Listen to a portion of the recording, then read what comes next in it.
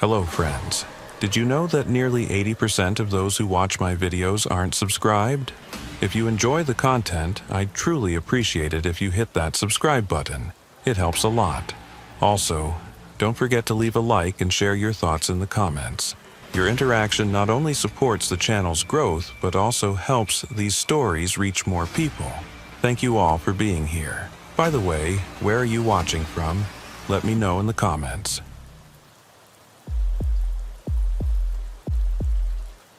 There's a particular kind of silence you get on West Texas highways after midnight. It's not just quiet, it's the absence of everything. No radio stations come through clean. No cell towers strong enough to hold a signal for more than a mile. Just you, the asphalt, and the kind of darkness that makes you understand why people used to fear the night. I've been with the Texas Highway Patrol for 11 years now, and I thought I'd seen everything these roads had to offer. Thought I understood what loneliness looked like, what desperation smelled like, what fear sounded like through a cracked windshield at 3 a.m. I was wrong. My name is Travis Beaufort, and I work the graveyard shift out of the Culberson County Patrol Station, about 60 miles east of El Paso. It's not glamorous work. Most nights I'm writing speeding tickets to truckers running late on their hauls, or calling in roadkill so the morning crew can scrape it off the blacktop before it causes an accident. Sometimes I pull over a drunk driver weaving between lanes. Sometimes I find a stranded motorist with a blown tire and no spare. It's routine, predictable, safe, in the way that routine makes anything safe. You stop thinking about what could happen because you've seen what does happen, and it's always the same. But that night, October 14th, 2011, started differently. Started with a call that didn't make sense from the beginning, and only got worse the deeper I looked. Dispatch came over the radio at 11:43 p.m., Unit 742. We've got a possible 1050 on Interstate 10 westbound, mile marker 217. Single vehicle. Caller reports seeing debris in the roadway. No confirmation of injuries. I keyed up. 742 copies. Show me en route. ETA 12 minutes. I was finishing up a fuel stop at a truck plaza just outside Van Horn, about 15 miles east of the reported location.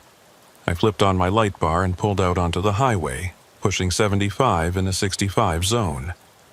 Not racing, just moving with purpose. You learn to gauge urgency by the way dispatch delivers information. This one was calm. Matter of fact. No screaming in the background. No panicked caller begging for help. Just debris in the road. Probably a blown tire. Maybe a lost cargo strap.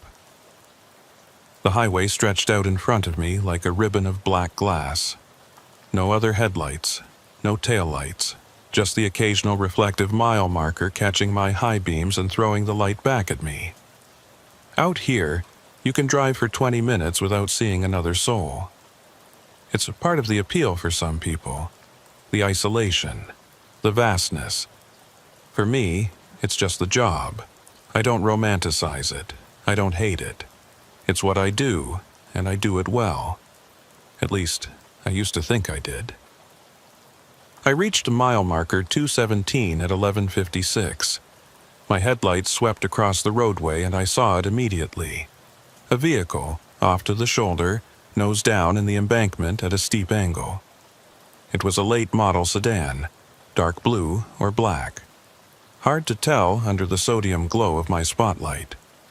The rear end was still partially on the shoulder, hazard lights blinking in a slow hypnotic rhythm. No other vehicles around. No skid marks leading up to the point of departure from the road. No visible debris field. Just the car, sitting there like it had been gently placed. I pulled up behind it, angled my unit to block the lane, and activated my rear flashers. Standard traffic safety protocol. Then I radioed in. 742 on scene, mile marker 217 westbound. Single vehicle off roadway. No visible occupants. Stand by for further. Dispatch acknowledged. I stepped out of my unit, flashlight in hand, and approached the vehicle on foot. The night air was cool. Not cold, but enough to make you zip up your jacket. There was a faint smell of engine coolant in the air, sharp and chemical. The front bumper was crumpled, but not severely. The kind of damage you get from a low-speed impact with an immovable object. The hood was buckled slightly, radiator probably compromised, but the windshield was intact. Airbags hadn't deployed. I illuminated the interior with my flashlight. Driver's seat empty. Passenger seat empty. Back seat empty. No personal belongings visible. No purse, no phone, no water bottles, no fast food wrappers, nothing. The ignition was off, keys still in the switch. Driver's side door was closed, but not latched. It hung open about an inch, enough that the dome light was still trying to come on, but the battery had already drained too low to sustain it. I tried the handle. Door opened smoothly, no resistance. I leaned in, careful not to disturb anything, and checked the registration in the glove box. Vehicle was registered to a business address in Midland, Texas. Fleet vehicle, rental company. No individual name. That explained the lack of personal items, but it didn't explain where the driver had gone. I did a 360 around the vehicle. No footprints leading away. No blood. No signs of a struggle. No skid marks. No burned rubber. No indication the driver had tried to avoid anything or correct a slide. It looked like the car had just rolled off the highway at a walking pace, drifted down the embankment, and stopped. I radioed again. 742 to dispatch. Vehicle is abandoned. Registration comes back to a rental company in Midland. No occupants on scene. Negative for visible injuries or distress indicators. Requesting wrecker and possible bolo on a missing driver. Dispatch responded. Copy 742. Stand by. I walked the perimeter again, this time widening my search radius. Swept my flashlight across the desert scrub on either side of the highway. Nothing. No movement. No reflections. No sounds except the wind pushing through the creosote bushes and the occasional truck blowing past on the opposite side of the median. I was about to return to my unit when I noticed something near the front driver's side tire. A small, rectangular object lying face down on the gravel. I crouched down, careful not to touch it, and illuminated it with my light. It was a driver's license. Texas issued, laminated. I could see the edge of a photo, but I didn't pick it up. Not yet. Not until I documented the scene. I pulled my department-issued camera from my duty belt and photographed the license in place. 3 angles: wide, medium, close up. Then I pulled a pair of nitrile gloves from my pocket, snapped them on, and carefully lifted the license by the edges. Turned it over. The photo showed a man in his mid-30s, Caucasian, brown hair, clean-shaven, neutral expression. Name on the license was Michael Tennyson. Address in Amarillo. Expiration date still valid. No restrictions. I held the license up to my flashlight and examined it closely. No scratches, no bends, no signs of wear. It looked like it had been printed yesterday, but the issue date was 3 years prior. I bagged the license in a clear evidence sleeve and walked back to my unit. Ran the name and date of birth through our system. Came back clean. No warrants. No flags. No history. I expanded the search to include vehicle registrations. Nothing under that name. No rentals, no purchases, no insurance policies. It was like Michael Tennyson existed just enough to have a driver's license and nothing else. That bothered me. People leave trails, digital footprints, paper records, credit cards, employment history, something. But this guy was a ghost. Dispatch came back on the radio. 742, wrecker is en route. ETA 20 minutes. Do you need additional units? I keyed up, negative, dispatch, scene is secure, no hazards. I'll wait for the wrecker and clear. Copy. I stood there beside my unit, staring at that sedan, and tried to piece together what had happened. Driver leaves the road. No skid marks, no evasive maneuvers. Just a gentle drift onto the shoulder and down the embankment. Engine off. Keys in the ignition. Door unlatched. License on the ground. Driver gone. No footprints. No blood. No signs of disorientation or panic. It didn't add up. People don't just vanish. They walk away. Or they're taken, or they're hurt and hiding. But there was no evidence of any of those scenarios. The wrecker arrived at 12:32 a.m. Driver's name was Colt. I'd worked with him before. Good guy, efficient. Didn't ask questions he didn't need answered. He hooked up the sedan and winched it back onto the shoulder, then loaded it onto his flatbed.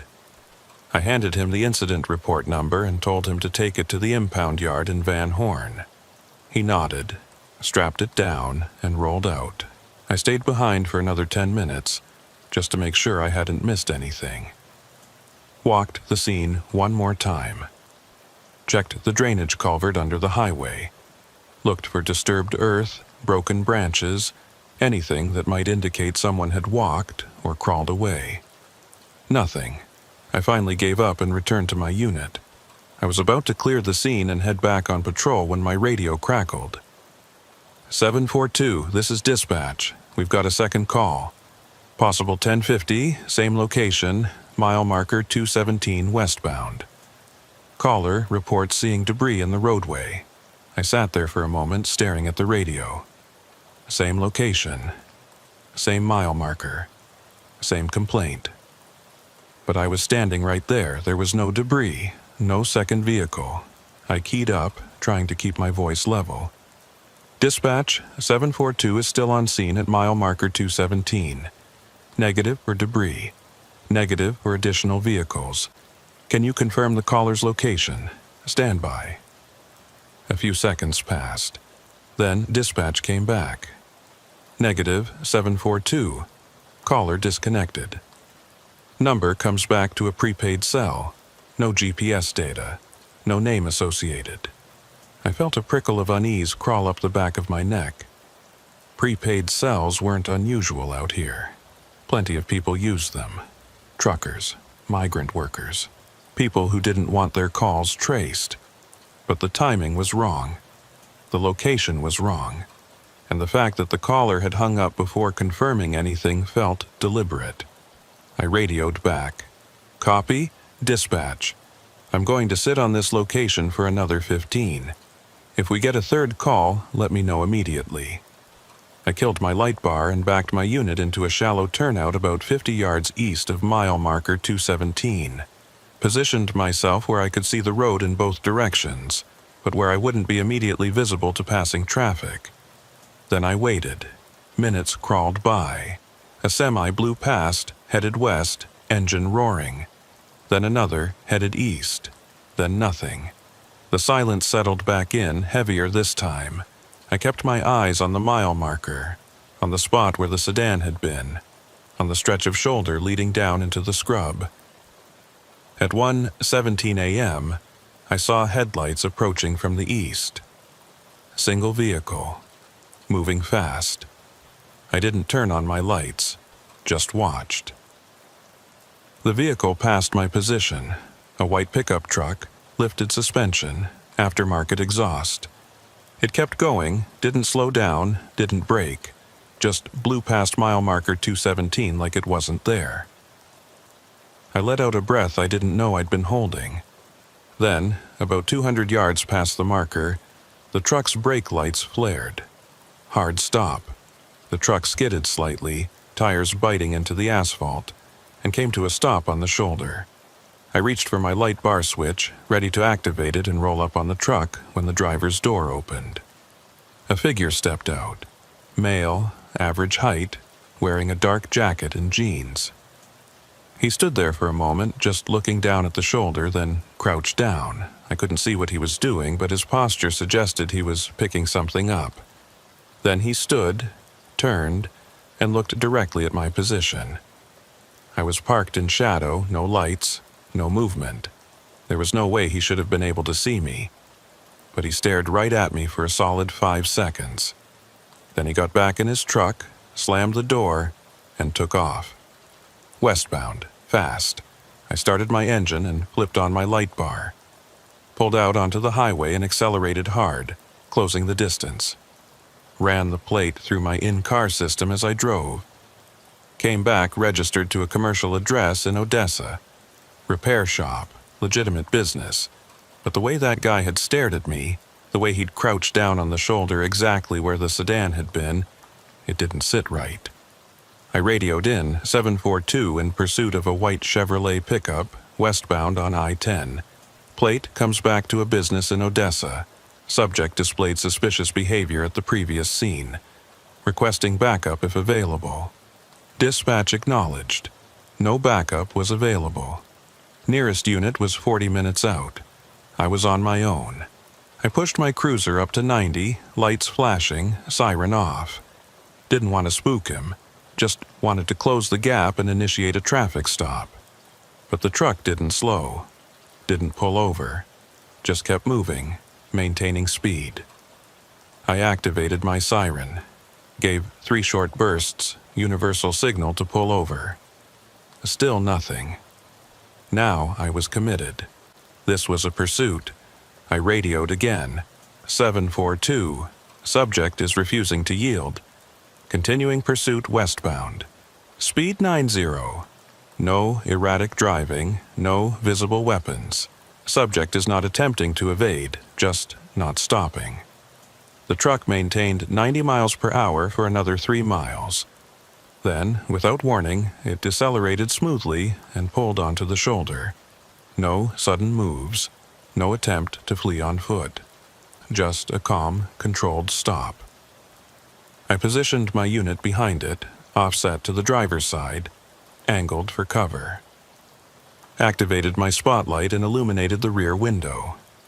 Couldn't see the driver. Windows were tinted dark. I stepped out, hand resting on my sidearm, and approached the driver's side. Standard felony stop protocol. Driver, turn off the engine and place the keys on the roof of the vehicle. Show me your hands. The engine shut off. Keys appeared on the roof. Then 2 hands, palms open, extended through the open window. Slow, deliberate, cooperative. I moved closer. Driver, step out of the vehicle slowly. Keep your hands where I can see them. The door opened. The man from before stepped out. Caucasian, mid-30s, brown hair, clean-shaven. He looked at me with an expression I couldn't quite read. Not hostile, not afraid, just knowing. Like he'd been expecting me. I moved him away from the truck and positioned him against the side, hands on the roof. Standard pat-down, no weapons, no contraband, just a wallet, a cell phone, and a set of keys. I pulled his driver's license. The name on the license was Michael Tennyson.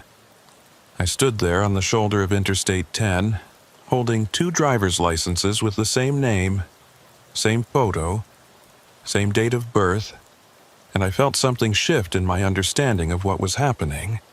This wasn't a simple abandoned vehicle call anymore. This wasn't a confused driver who'd wandered off after a minor accident. This was something else entirely, and every instinct I'd developed over 11 years of patrol work was telling me to call it in, to get backup, to let someone else figure out what the hell was going on. But the nearest unit was 40 minutes away, and the man standing in front of me with his hands on the roof of his truck was calm, cooperative, and apparently impossible. I kept my hand near my sidearm and took a step back, maintaining distance. "Sir, I need you to explain something to me. I just found this license at an accident scene 3 miles back. Same name, same photo, same information. And now you're here. How is that possible?" He turned his head slightly, just enough to look at me over his shoulder. His expression hadn't changed. Still, that same knowing look, like he was waiting for me to catch up to something he already understood. "Officer Beaufort," he said quietly, "you need to stop looking for that car. You need to file your report, clear the scene, and forget you ever saw it." The use of my name without me providing it sent a jolt through my system. I hadn't identified myself. My nameplate was visible on my uniform, but he hadn't looked at it. He'd known who I was before I'd even approached his vehicle. I pulled my radio, 742 to dispatch. "I need a supervisor and backup to my location immediately. Subject has knowledge of ongoing investigation and is refusing to cooperate with identification verification. My location is westbound I-10, mile marker 220. I kept my eyes on him the entire time. He didn't move, didn't tense, just stood there with his hands on the truck like he had all the time in the world. Dispatch came back. "Copy 742. Sergeant Rayburn is en route from Van Horn. ETA 30 minutes. Do you need immediate assistance?" I keyed up again. "Negative. Scene is secure. Subject is compliant. I'll maintain position until supervisor arrives. 30 minutes. That was a long time to stand on the side of a highway with someone who shouldn't exist, but I'd done longer. I instructed the man to sit on the ground, hands visible, legs crossed. He complied without argument. I returned to my unit and retrieved a second pair of restraints from my equipment bag. Approached him from behind and secured his wrists with department-issued flex cuffs. Not because he was aggressive, not because he was resisting, but because nothing about this situation made sense and I wasn't taking chances. He didn't protest, didn't ask why. Just let me secure him and then settled back into a seated position, completely at ease. I walked back to my unit and ran every check I could think of. His name, his date of birth, his vehicle registration, his insurance. Everything came back clean. Too clean. No traffic violations, no criminal history, no warrants, no prior contacts with law enforcement. The registration on the truck showed it was owned by Lockridge Auto Repair in Odessa, which matched what I'd already run. But when I called the business number listed, it rang 6 times and went to voicemail. Closed for the night. I left a callback number and moved on. I pulled up his social security number through our database access. It existed. It was valid. It had been issued in 1976, which matched his approximate age. But when I cross-referenced it with employment records, I found nothing. No W-2s, no tax filings, no employment history at all for the past 8 years. That's when I started to feel it.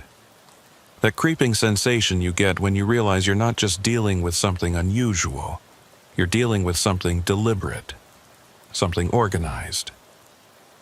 People don't just exist without leaving paper trails.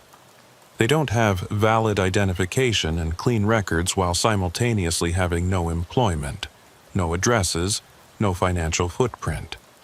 Unless someone is actively maintaining that clean profile, unless someone is making sure they stay invisible.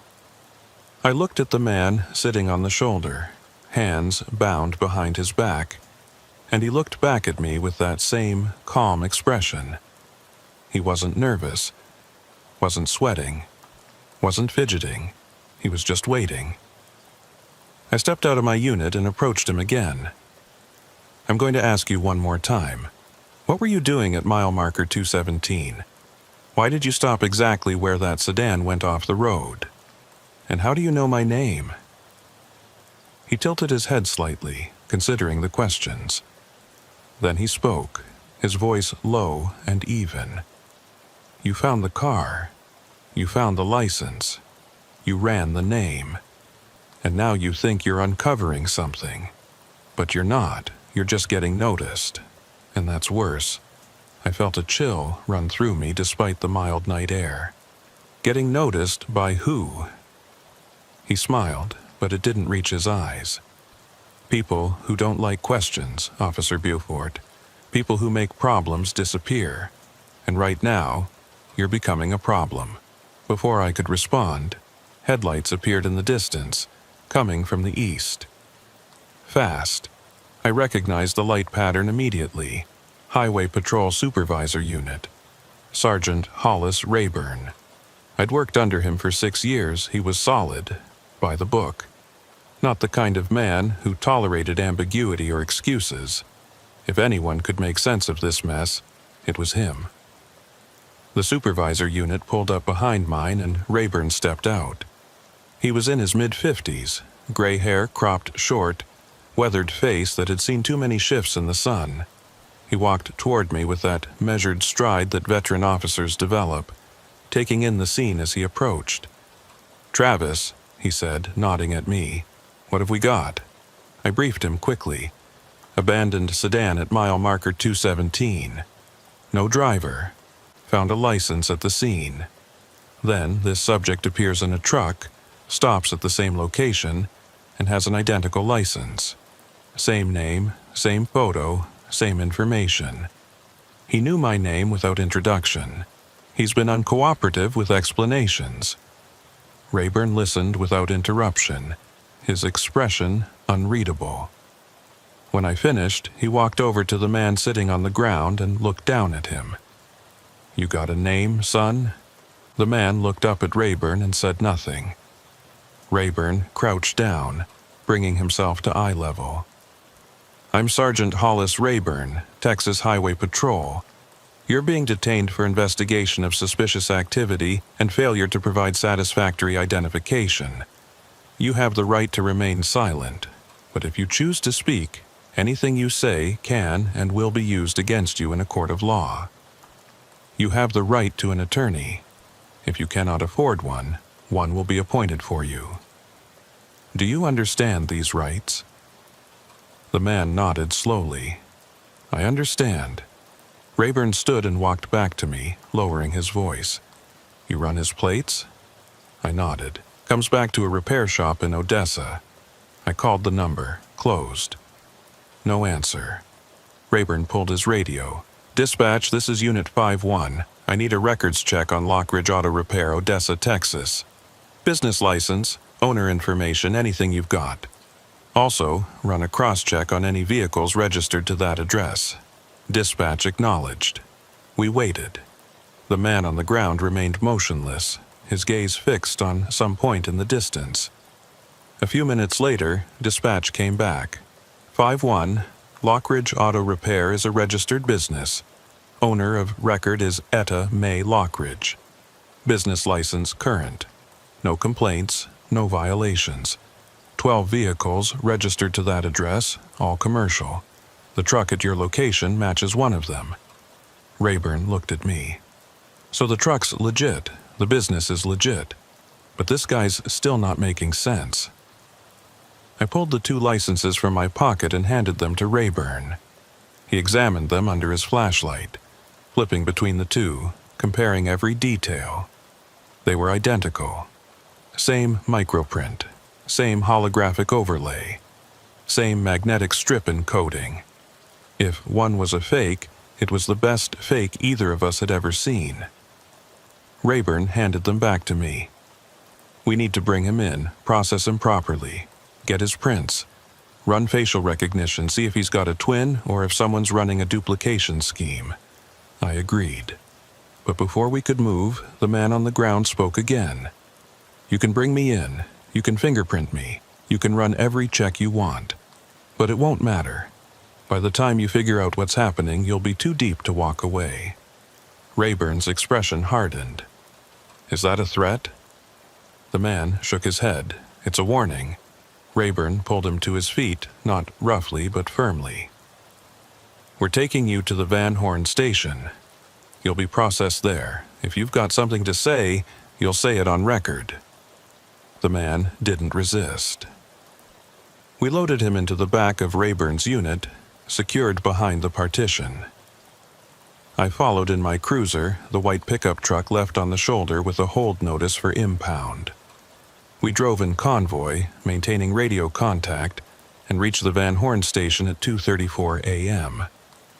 The station was a small, single-story building with 4 holding cells, a processing area, and a dispatch office. Rayburn brought the subject inside while I secured my unit and gathered the evidence bags containing both licenses. Inside, the fluorescent lights were harsh and clinical. Rayburn sat the man down in the processing area and removed the flex cuffs, replacing them with standard chain-link handcuffs attached to a steel bar on the table. Standard procedure for processing. Rayburn pulled out the booking sheet and began filling in the information. Name, Michael Tennyson. Date of birth. Address listed on the license was in Amarillo, but when Rayburn called it in for verification, dispatch reported no such address existed. The street name was real. The block number was not. Rayburn set down his pen and looked at the man across the table. You want to start telling the truth now? Or are we going to do this the hard way? The man leaned back in his chair, as much as the restraints would allow. The truth is, Sergeant, you're not going to find what you're looking for, because I don't exist in the way you think I do. Rayburn's jaw tightened. Everyone exists somewhere. You've got a body, you've got fingerprints, you've got a face.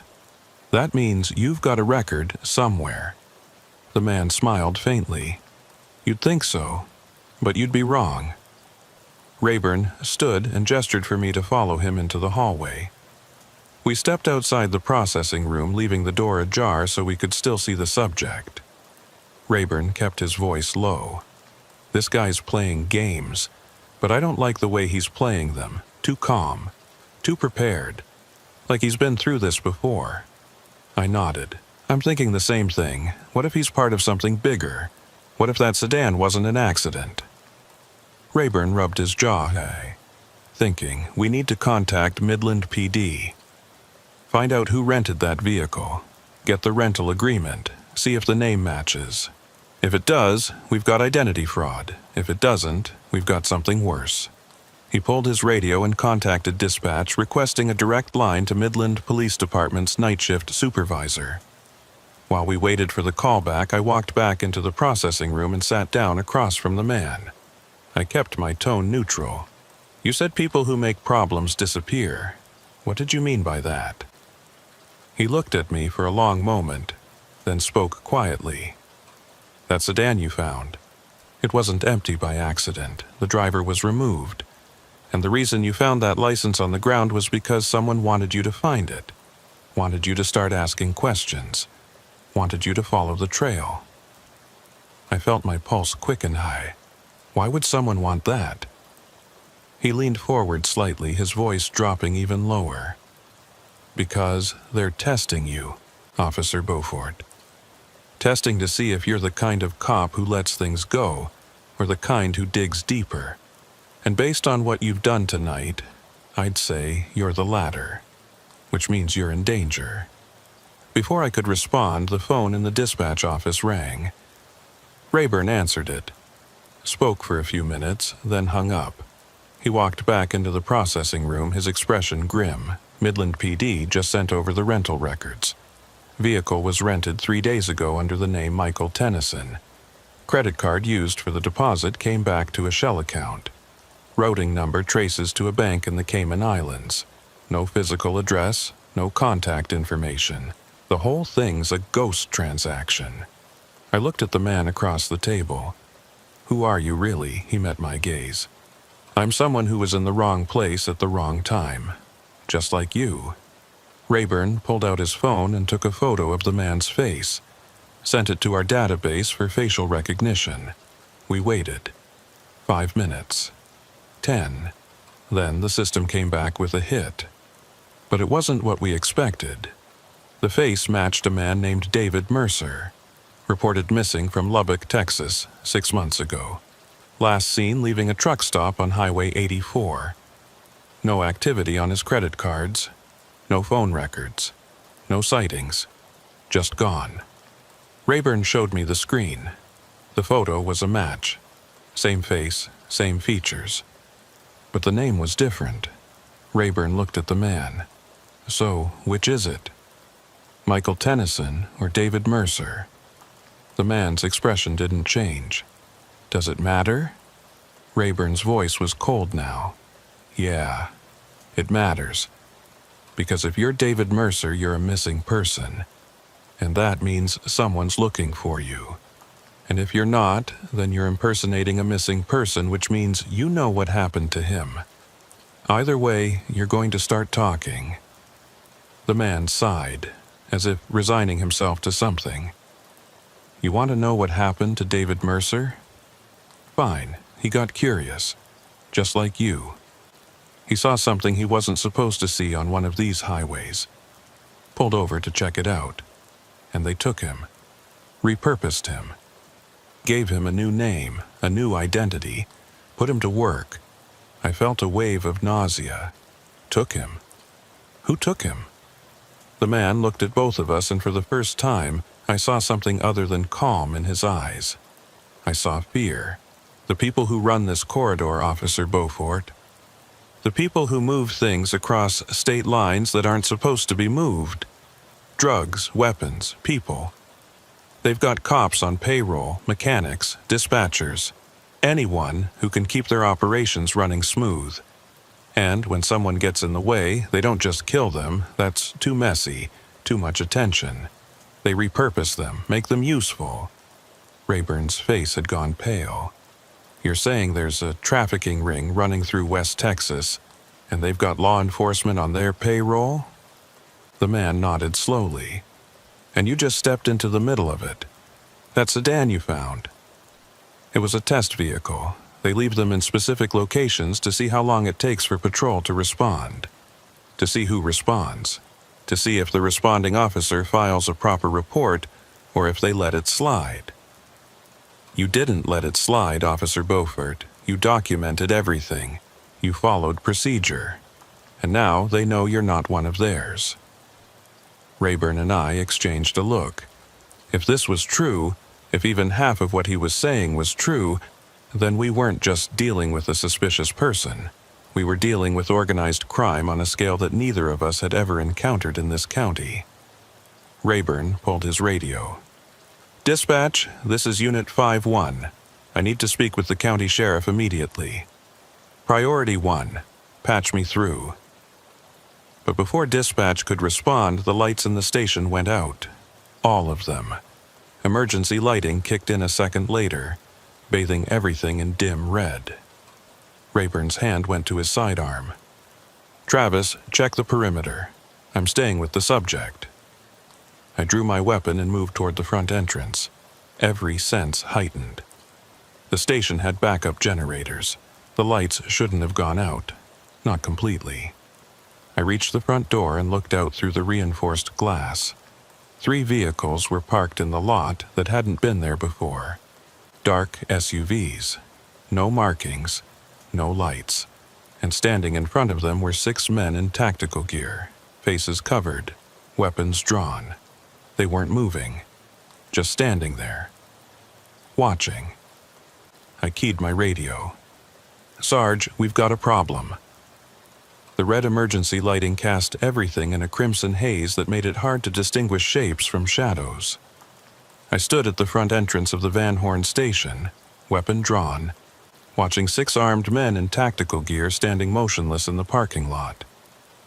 They weren't advancing, weren't calling out demands, just standing there in formation like they were waiting for something. Or someone. My radio crackled. Rayburn's voice came through tense and controlled. "Travis, talk to me. What's the situation?" I kept my eyes on the men outside. 6 subjects in tactical gear. Armed. No identification. No markings on the vehicles. They're not moving. Just watching the building. There was a pause. Then Rayburn responded. "Lock down the front entrance. I'm securing the rear. Do not engage unless they breach." I backed away from the door and through the manual bolt lock, a heavy steel bar that slid into reinforced brackets on either side of the frame. The station had been built in the 70s, back when rural law enforcement facilities were designed to withstand anything from riots to armed standoffs. The doors were solid core steel. The windows were reinforced with wire mesh embedded in the glass. It wasn't impenetrable, but it would slow them down. I moved through the front office, checking each window, confirming they were secured. My heart was hammering against my ribs, but my hands were steady. Training takes over in moments like this. You stop thinking about fear and start thinking about procedure. Assess the threat. Secure the position. Establish communication. Request backup.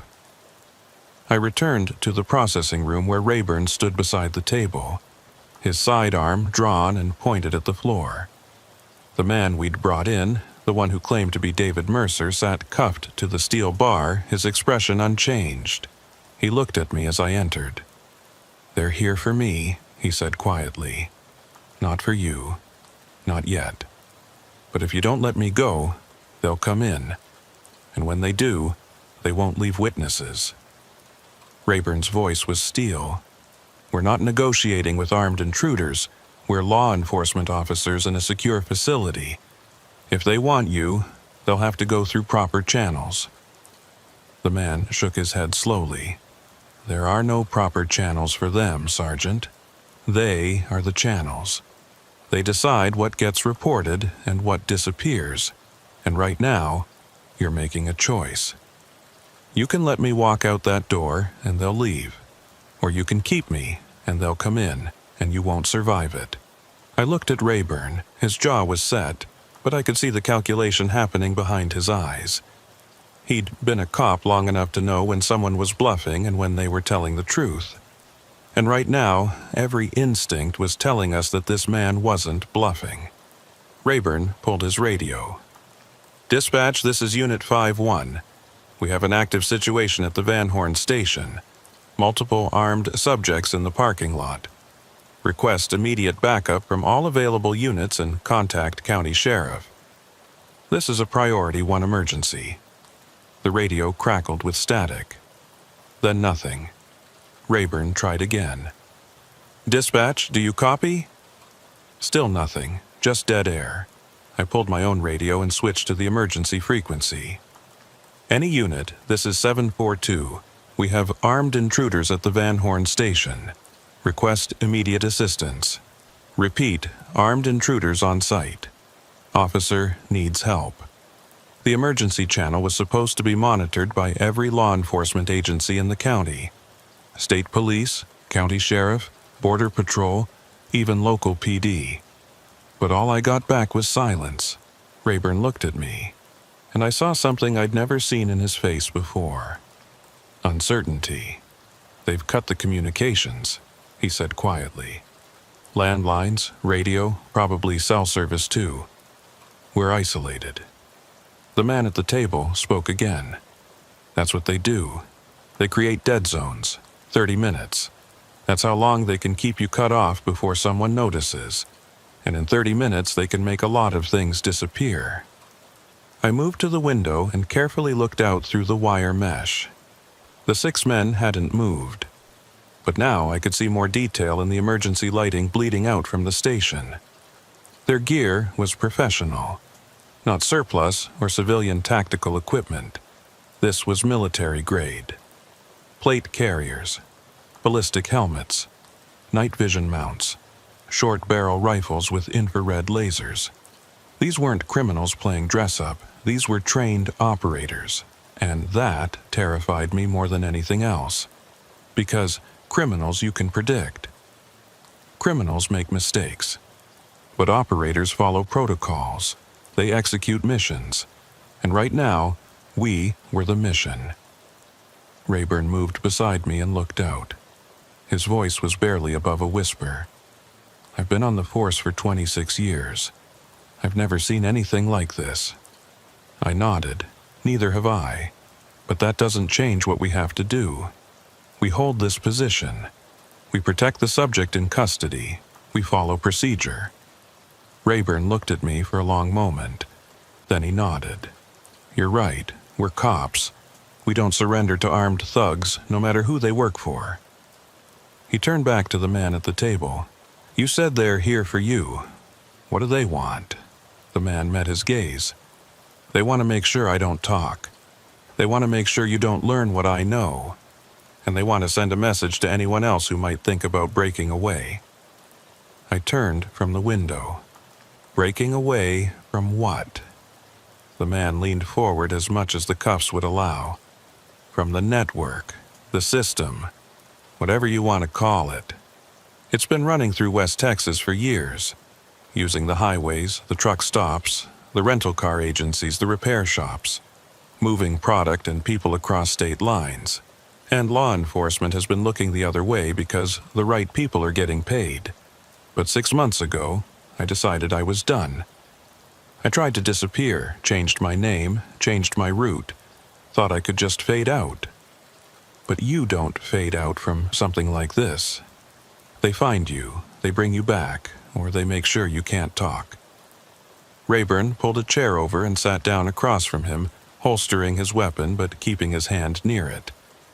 Names. I need names. Who's running this operation? The man shook his head. You think I'm going to give you names while they're standing outside with rifles? Even if I wanted to, I wouldn't make it to sunrise. Rayburn's voice hardened. You're already not going to make it to sunrise if we don't figure a way out of this. So start talking. Give me something I can use. Something that'll help me understand what we're up against. The man was quiet for a moment, considering. Then he spoke. All right. There's a truck stop about 40 miles east of here, place called the Desert Rose. That's where they coordinate, where the drivers check in, where the payments get made. If you want to see how deep this goes, that's where you start. But you go there asking questions, you better be ready for the answers. I committed the name to memory. Desert Rose Truck Stop, 40 miles east. I'd driven past it 100 times on patrol, never stopped there, never had a reason to. It was just another 24-hour fuel station with a diner and a few parking spots for overnight truckers. But if what this man was saying was true, it was a hub for something much darker. I looked at Rayburn. We need to get this information out. Even if we can't call for backup, we can document everything. Body cameras, written reports, something that'll survive if we don't. Rayburn nodded. He stood and moved to the dispatch desk, pulling out an incident report form and a pen. Started writing.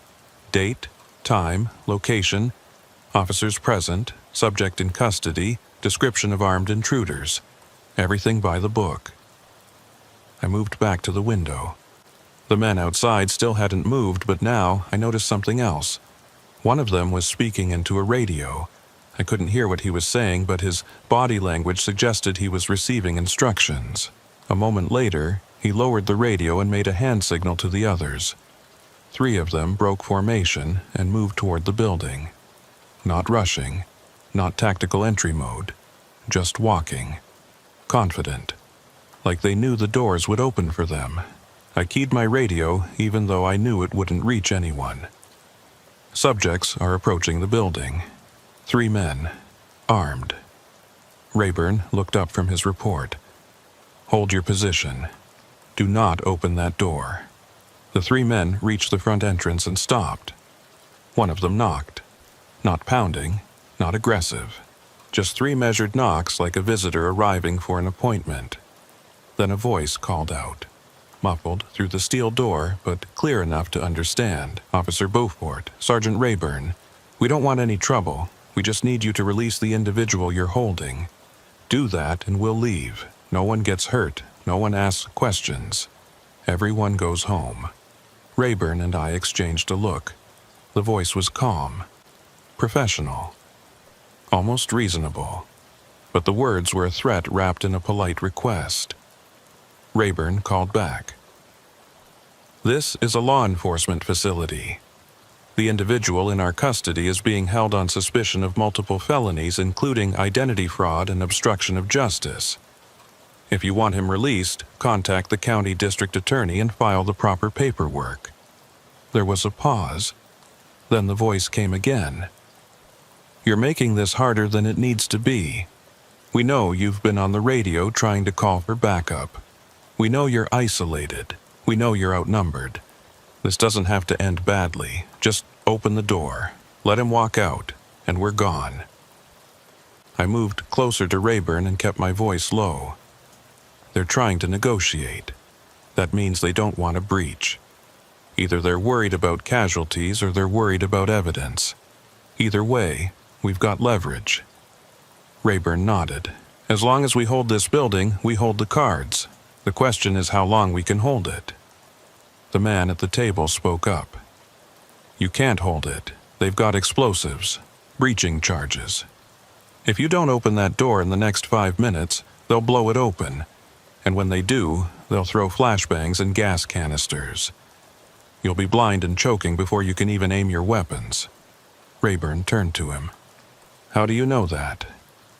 The man's expression was grim, because that's the protocol. I've seen them do it before. Small town stations like this one. They hit them fast, overwhelm the officers inside, take what they need, burn the place down to cover the evidence, and by the time anyone figures out what happened, they're 3 states away. I felt a cold weight settle in my stomach. We need a plan. Rayburn looked at me. You know this building better than I do. Is there any other way out? I ran through the layout in my mind. The station was a simple rectangular structure. Front entrance, rear exit, 4 holding cells along the back wall, dispatch office, processing room, storage closet. No windows big enough to climb through. No ventilation shafts large enough to crawl through. No basement, no attic. If they breached the front and rear simultaneously, we'd be trapped in the middle with nowhere to go. I shook my head. No secondary exits, but we've got the holding cells. Steel doors, reinforced walls. If it comes down to it, we lock ourselves in and wait them out. Rayburn considered this. It's not ideal, but it's better than getting caught in a crossfire. He looked at the man cuffed to the table. You're coming with us. The man nodded. I expected that. Rayburn pulled his keys and unlocked the cuffs from the steel bar, then re-secured them in front of the man instead of behind. Gave him enough mobility to move, but not enough to be a threat. Then Rayburn pulled his sidearm again and gestured toward the back hallway. Move. We walked in single file, Rayburn in front, the man in the middle. Me bringing up the rear, weapon drawn, eyes on every corner. The red emergency lighting made everything look like a scene from a nightmare. Shadows stretched and twisted. Every sound seemed amplified. The hum of the backup generator, the creak of old floorboards, the faint whisper of wind through the ventilation system. We reached the holding cells. 4 identical units, each with a steel door, a small observation window, and a concrete bench inside. Rayburn opened the second cell and motioned for the man to enter. He did so without resistance. Rayburn closed the door and locked it, then turned to me. You take cell 3, I'll take cell 4. We keep the doors unlocked from the inside. If they breach, we lock ourselves in. If they try to burn us out, we use the fire extinguishers in the hallway. And if they get through the cell doors, we fight. I nodded, understood. I moved into cell 3 and positioned myself where I could see the hallway through the observation window. Rayburn did the same in cell 4. And then we waited. The minutes stretched out. I counted my breaths, checked my ammunition. 17 rounds in my Glock, 2 spare magazines on my belt, 51 rounds total. More than I'd ever fired in the line of duty, but maybe not enough for what was coming. I thought about my training, active shooter protocols, barricaded suspect procedures, tactical entry responses. But none of it covered this. None of it prepared you for the moment when you realized the people outside weren't criminals. They were something else. Something with resources and planning and the kind of institutional support that made them untouchable. Then I heard it. A metallic scraping sound from the front of the building, followed by a dull thud. Then silence. I keyed my radio knowing Rayburn could hear me even if no one else could.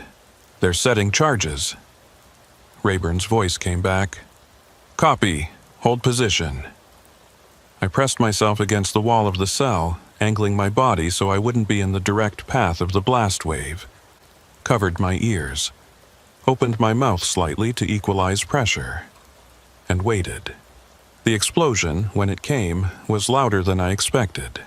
A sharp crack followed by a deep boom that rattled the entire building. The lights flickered.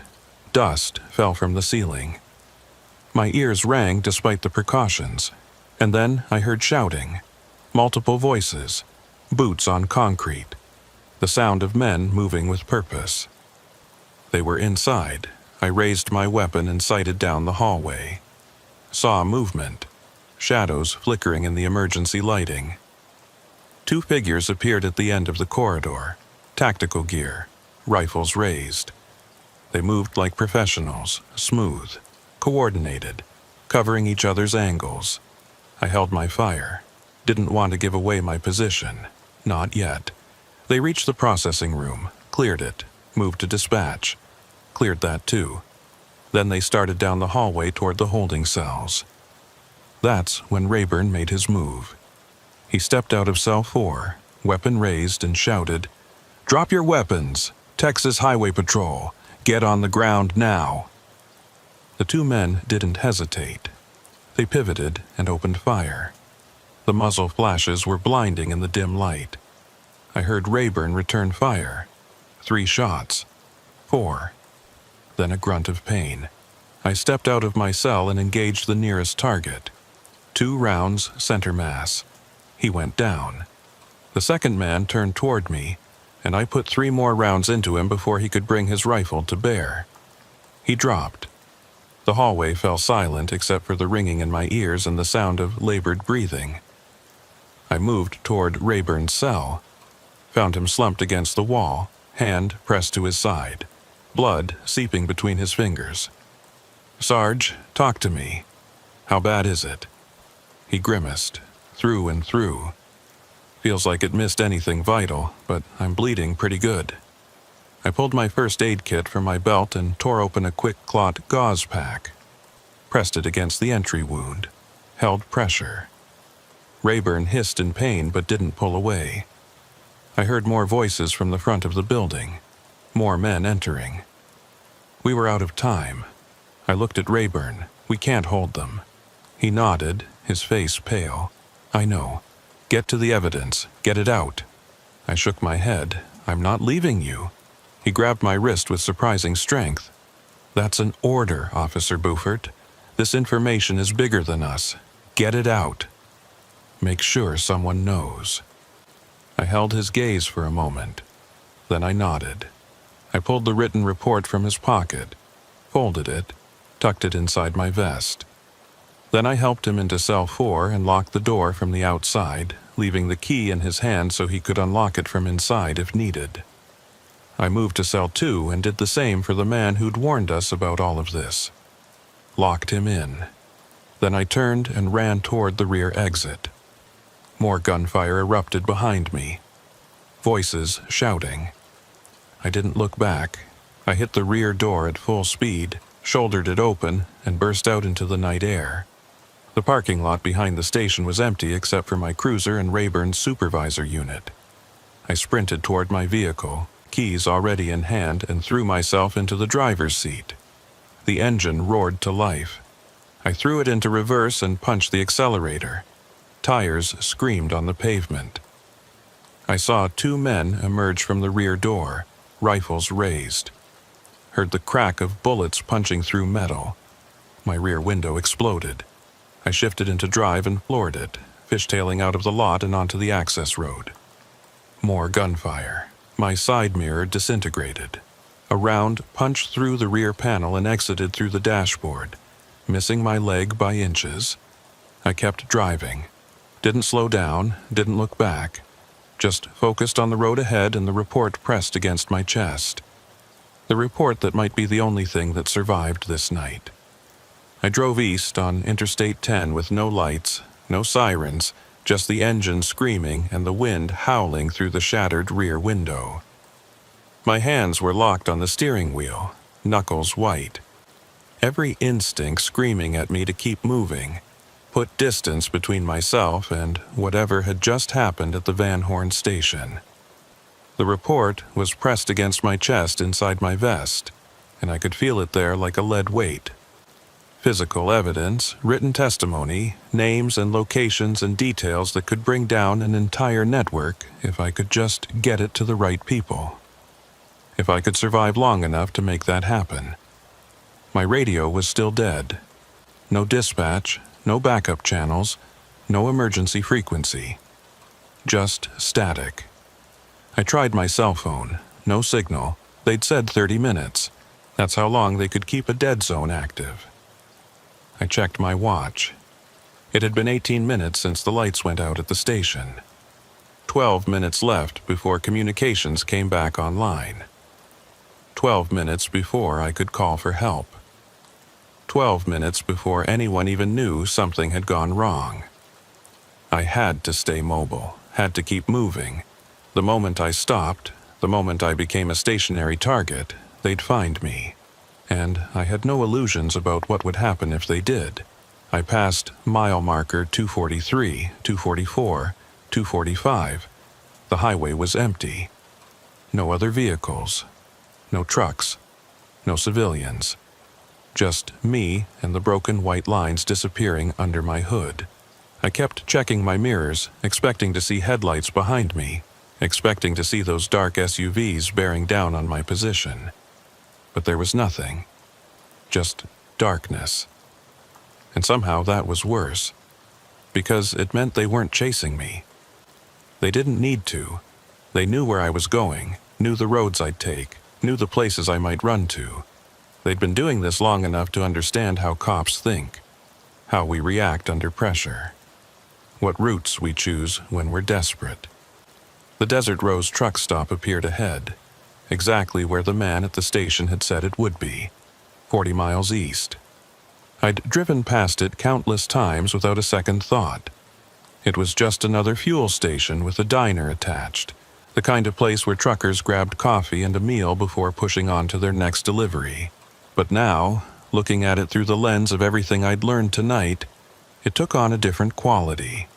The lights were too bright, the parking lot too organized. The semi-trucks lined up in perfect rows like soldiers at attention. I slowed as I passed, just enough to get a look without drawing attention. 3 trucks, all with identical paint schemes. Dark blue cabs, white trailers. No company logos, no DOT numbers visible from the road. That should have been my first clue. Federal law requires commercial vehicles to display their identification clearly. But these trucks were clean, anonymous, designed not to be remembered. I kept driving, but I committed every detail to memory. Plate numbers, trailer configurations, the make and model of the cabs. If I made it through this, if I managed to get this information to someone who could act on it, I wanted to give them everything, every piece of evidence I could gather. My watch read 11 minutes. Communications would be back online soon. I needed to find a place to stop, somewhere I could make calls without being exposed, somewhere with witnesses, somewhere public enough that they couldn't just disappear me without drawing attention. I saw a sign for a rest area 2 miles ahead. State-maintained facility. Bathrooms, picnic tables, probably cameras. Not ideal, but better than staying on the move where they could force me off the road without anyone seeing. I took the exit and pulled into the rest area, parking under a light near the main building. Left the engine running, kept my weapon on my lap. I tried my radio again, still dead, tried my cell phone, still no signal. I checked my watch, 9 minutes. The waiting was agony. Every second felt like an hour. Every sound made me reach for my gun. A semi-truck pulled into the rest area and parked 3 spaces away from me. The driver climbed out, stretched, and walked toward the restrooms without looking in my direction. Normal. Routine. But my hand stayed on my weapon anyway. I couldn't trust normal anymore. Couldn't trust routine. Everything was suspect now. 8 minutes. I pulled the report from inside my vest and read through it again. Rayburn's handwriting was precise, methodical. He'd documented everything: the abandoned sedan, the duplicate licenses, the man claiming to be David Mercer, the armed intruders, the communications blackout, the assault on the station, names, times, badge numbers, everything an investigator would need to start building a case. But it was just paper, just words. Without corroboration, without physical evidence, without witnesses who'd survived to testify, it was just a story, a conspiracy theory, something that could be dismissed or discredited or buried in a file cabinet somewhere. 7 minutes. The truck driver emerged from the restroom and walked back to his vehicle, climbed into the cab, started the engine. But he didn't leave, just sat there with the engine idling. I watched him in my side mirror, couldn't see his face. Couldn't tell if he was looking at me or just checking his logbook or talking on his CB radio. But something about the way he'd positioned his truck, angled so he had a clear line of sight to my cruiser, made the hair on the back of my neck stand up. I put my hand on the gear shift, ready to move if I needed to. 6 minutes. Another vehicle entered the rest area. A dark sedan, not an SUV like the ones at the station, but similar. Government plates, tinted windows. It drove slowly through the parking lot, passing empty spaces, and pulled into a spot directly across from me. The engine shut off. The lights went dark. Nobody got out. I couldn't see through the tinted windows, couldn't tell how many people were inside. But I knew with absolute certainty that this wasn't a coincidence. Knew that they'd found me, knew that I had maybe seconds before they made their move. I threw my cruiser into reverse and backed out of the space. The sedan's headlights flashed on. High beams. Blinding. I shifted into drive and floored the accelerator. Heard the roar of the truck's diesel engine as it lurched forward, trying to cut me off. I jerked the wheel hard right, cutting across 2 empty spaces, and shot toward the exit ramp. The sedan followed. So did the truck. I hit the on-ramp doing 60 and merged back onto the interstate. Checked my mirrors. Both vehicles were behind me now, closing fast. 5 minutes, I pushed the cruiser harder. 70, 80, 90. The engine was screaming. The steering wheel shook. Wind tore through the broken rear window like a living thing. The sedan matched my speed easily, staying 3 car lengths back.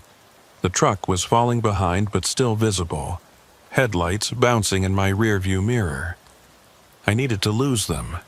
Needed to create enough distance that I could pull over and make a call the moment communications came back online. But the highway was straight and flat and empty, and there was nowhere to hide. 4 minutes. I saw another exit ahead.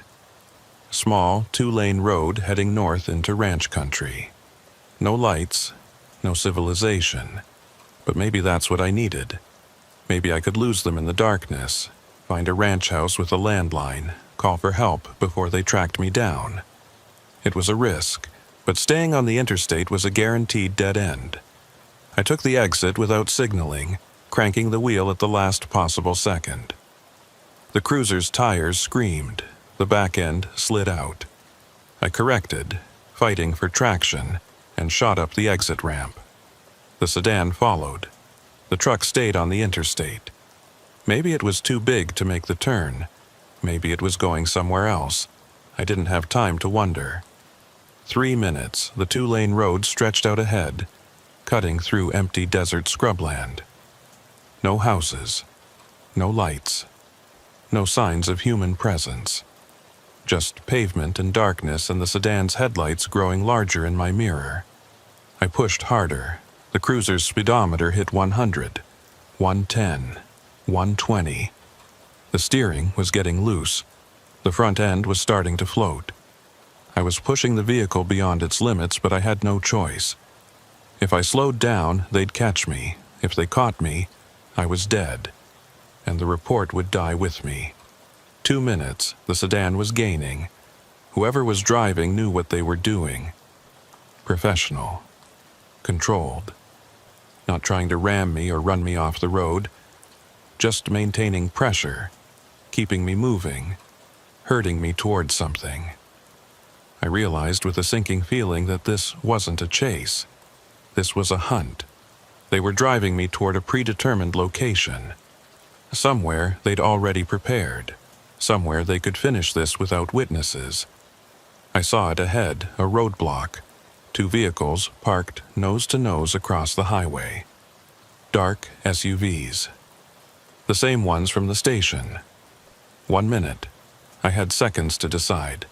I could brake and try to turn around, but the sedan would rear-end me before I completed the maneuver. I could try to ram through the roadblock, but that would destroy my cruiser and leave me on foot. Or I could leave the road. Take my chances in the desert. Hope the cruiser's suspension could handle the terrain long enough to create distance. It wasn't a good option, but it was the only option I had. I jerked the wheel right and left the pavement. The cruiser bucked and jumped as it hit the hardpack. Sagebrush scraped against the undercarriage. Rocks pinged off the frame. The steering wheel fought my grip, but I stayed on the accelerator, kept moving. 30 seconds. The sedan followed me into the desert, its headlights bouncing wildly. Behind it, I saw the SUVs from the roadblock turning around, joining the pursuit. I was surrounded. No matter which direction I turned, they were there, closing in, coordinating, communicating through channels I couldn't hear. My radio suddenly crackled to life. Communications were back online. I grabbed it with one hand, still steering with the other. Any unit, this is 742. Officer needs immediate assistance. I'm in pursuit, heading north off Interstate 10, mile marker 268. Multiple hostile vehicles. Shots fired. Officer down at Van Horn Station. Request all available units and medical response. The response came immediately. But it wasn't dispatch. It was a voice I didn't recognize. Calm. Professional. Almost sympathetic. Officer Beaufort, this is Unit 742. Your unit is no longer active. Your badge number has been flagged. Return to the station for debriefing. I felt ice flood through my veins. They'd already gotten into the system. Already marked me as compromised. Already made it so that any call I made, any request for help, would be filtered through their people first. I was completely cut off. I keyed up again, trying a different approach. This is Officer Travis Beaufort, Texas Highway Patrol. I have evidence of organized criminal activity involving law enforcement corruption. I need to speak with Internal Affairs immediately. Another voice came back. Different person, same tone. Officer Beaufort, stand down. You are ordered to return to base. Any further unauthorized transmissions will result in disciplinary action. I threw the radio down. It was useless, worse than useless. Every time I transmitted, I was giving them my position, helping them triangulate me. I had to go dark, had to disappear.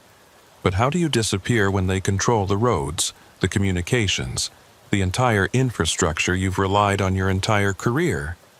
The answer was simple. You don't. You make them think you've disappeared. Then you hit them from an angle they're not expecting. I saw a deep wash ahead, a dry creek bed cutting through the desert. I aimed for it and sent the cruiser airborne for a brief, stomach-dropping moment. We hit the bottom hard. The suspension compressed. Something underneath snapped. But the engine kept running. I followed the wash east, using the banks for cover, keeping my lights off.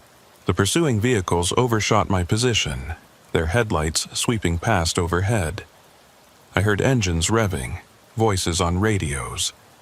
They were looking for me, but for the moment, I'd vanished. I drove another quarter mile, then pulled the cruiser behind a cluster of boulders and killed the engine. I sat in the darkness, listening, hearing my own heartbeat, feeling the report pressed against my chest. I pulled it out and looked at it one more time. Then I took out my cell phone. Still no signal for calls, but I had a data connection. Weak, but there. I opened the camera app and photographed every page of the report. High resolution, multiple angles. Uploaded them to a cloud storage account I'd set up years ago for backing up personal files. Waited for the upload to complete. It took 3 minutes. 3 agonizing minutes where I expected to hear footsteps, to see flashlights, to hear voices calling my name. But nothing came. The upload finished. I confirmed the files were there. Then I pulled out my lighter and burned the paper report. Watched it curl and blacken and turn to ash. The evidence was gone, but it wasn't destroyed. It was preserved, digitally. Somewhere they couldn't reach it, couldn't suppress it, couldn't make it disappear. I scattered the ashes and stepped out of the cruiser. My legs were shaking. My hands were trembling. But I was alive, and I had a choice to make. I could keep running, could try to disappear, change my name, leave the state, start over somewhere they'd never find me. Or I could fight, could use what I knew, could find someone I trusted who wasn't part of their network. Someone who could help me expose what was happening out here. I thought about Sergeant Hollis Rayburn, bleeding in that cell at the Van Horn station. Thought about David Mercer, the man who'd tried to break away and gotten repurposed instead. Thought about all the others I didn't know about. The ones who'd disappeared along these highways over the years. The ones who'd been turned into ghosts, or worse. They deserved better. They deserved justice. And I was the only one left who could give it to them. I started walking. Not back toward the highway. Not toward civilization. But toward the Desert Rose truck stop. Toward the place where it all coordinated.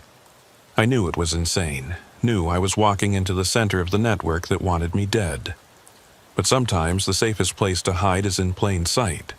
Sometimes the best way to survive is to become invisible. And sometimes the only way to win is to change the rules of the game entirely. I reached the truck stop just before dawn. The parking lot was emptier now. Only one of those anonymous trucks remained, engine idling, driver nowhere visible.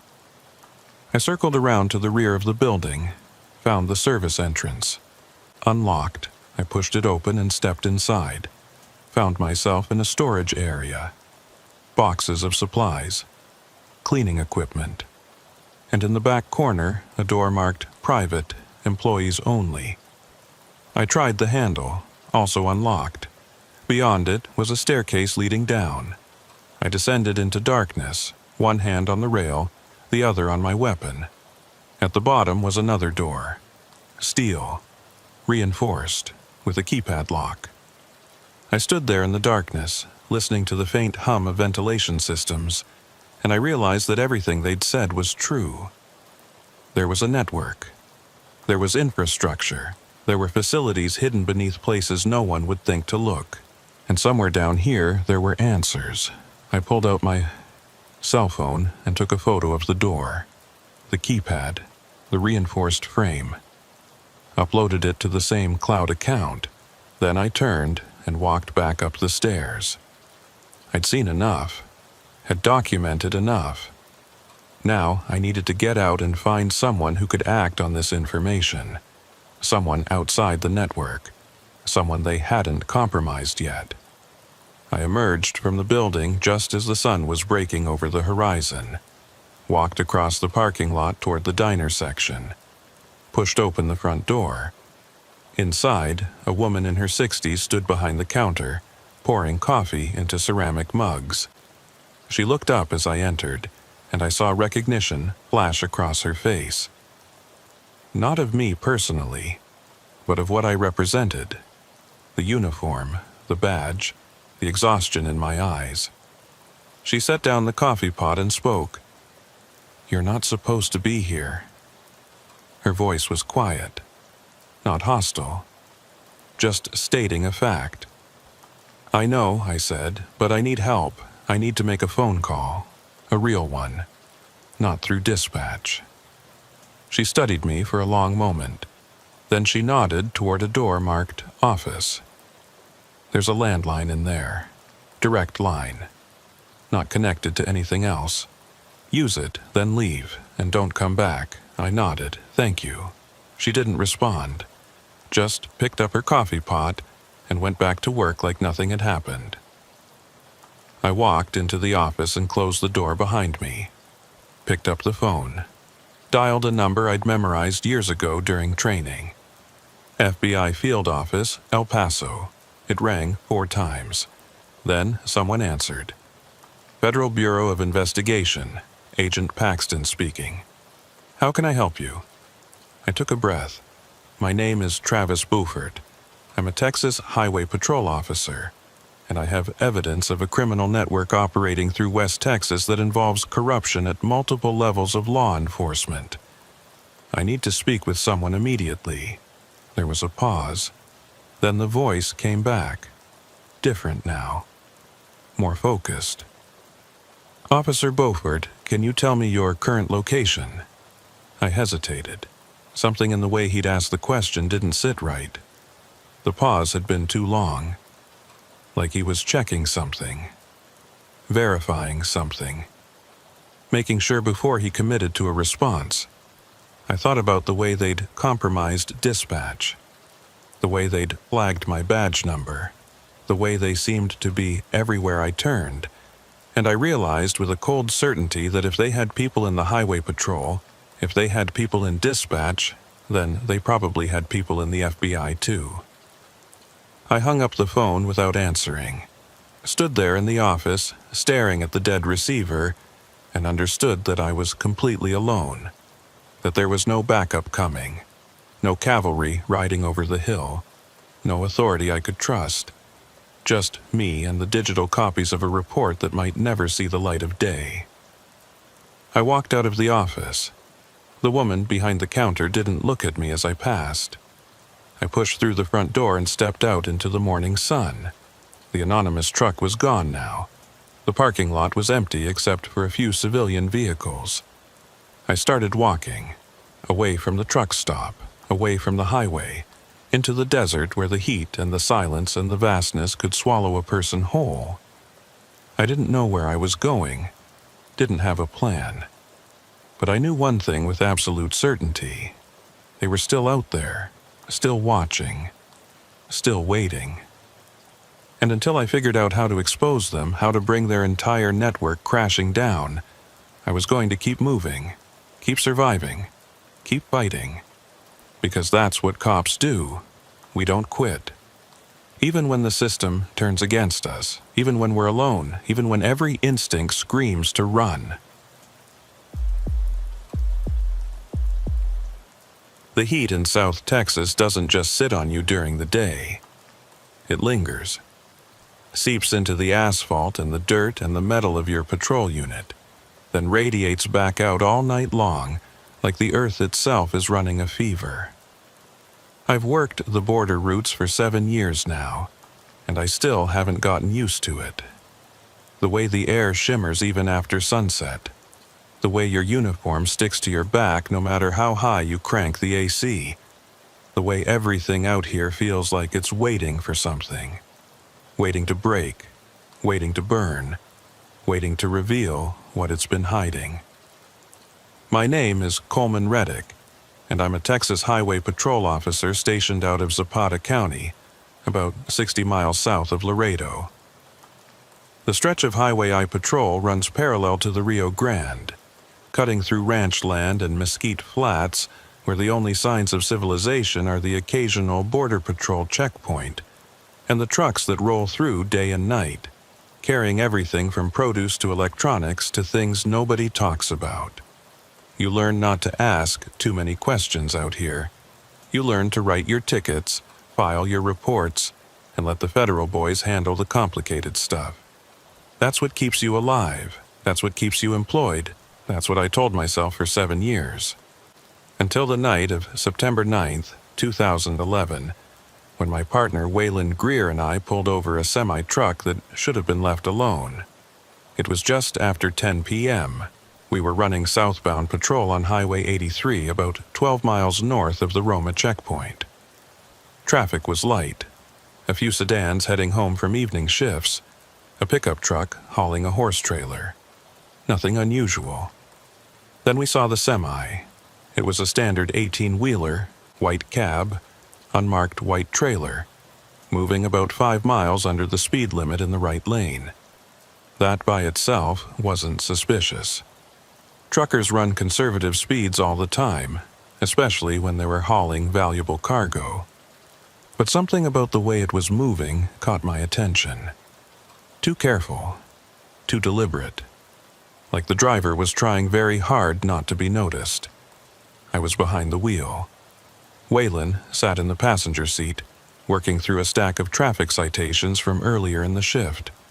I nodded toward the semi ahead of us. "What do you think?" Waylon looked up from his paperwork and studied the truck for a moment. He was older than me by 15 years, close to retirement, with the kind of weathered face that comes from 3 decades of working outdoors in harsh climates. He'd seen everything, done everything, and he had instincts that I'd learned to trust. He frowned slightly. Riding low, real low. Either he's overweight or he's carrying something dense. I dropped back a few car lengths and paced the truck, watching its suspension. Waylon was right. The trailer was riding lower than it should have been, even accounting for a full load. The tires were compressed more than normal. The rear axles were straining. I activated my radar, clocked the truck at 58 miles per hour. Speed limit was 65. Not a violation, but combined with the heavy load and the overly cautious driving, it was enough to justify a safety inspection. I flipped on my light bar and gave a short siren burst. The truck's brake lights flared immediately. No hesitation. No attempt to run. Just smooth, controlled deceleration and a clean pull onto the shoulder. That should have made me feel better, should have suggested cooperation, but it didn't. It felt rehearsed, like the driver had been expecting this, like he'd practiced this exact scenario. I pulled in behind the truck and positioned my unit at an angle, standard safety protocol. Waylon radioed it in. Unit 479, 1028 on a commercial vehicle, Highway 83 northbound, mile marker 41. White Freightliner, Texas plates. Stand by for VAN and DOT numbers. Dispatch acknowledged. I grabbed my flashlight and stepped out into the humid night air. Waylon followed, his hand resting casually near his sidearm.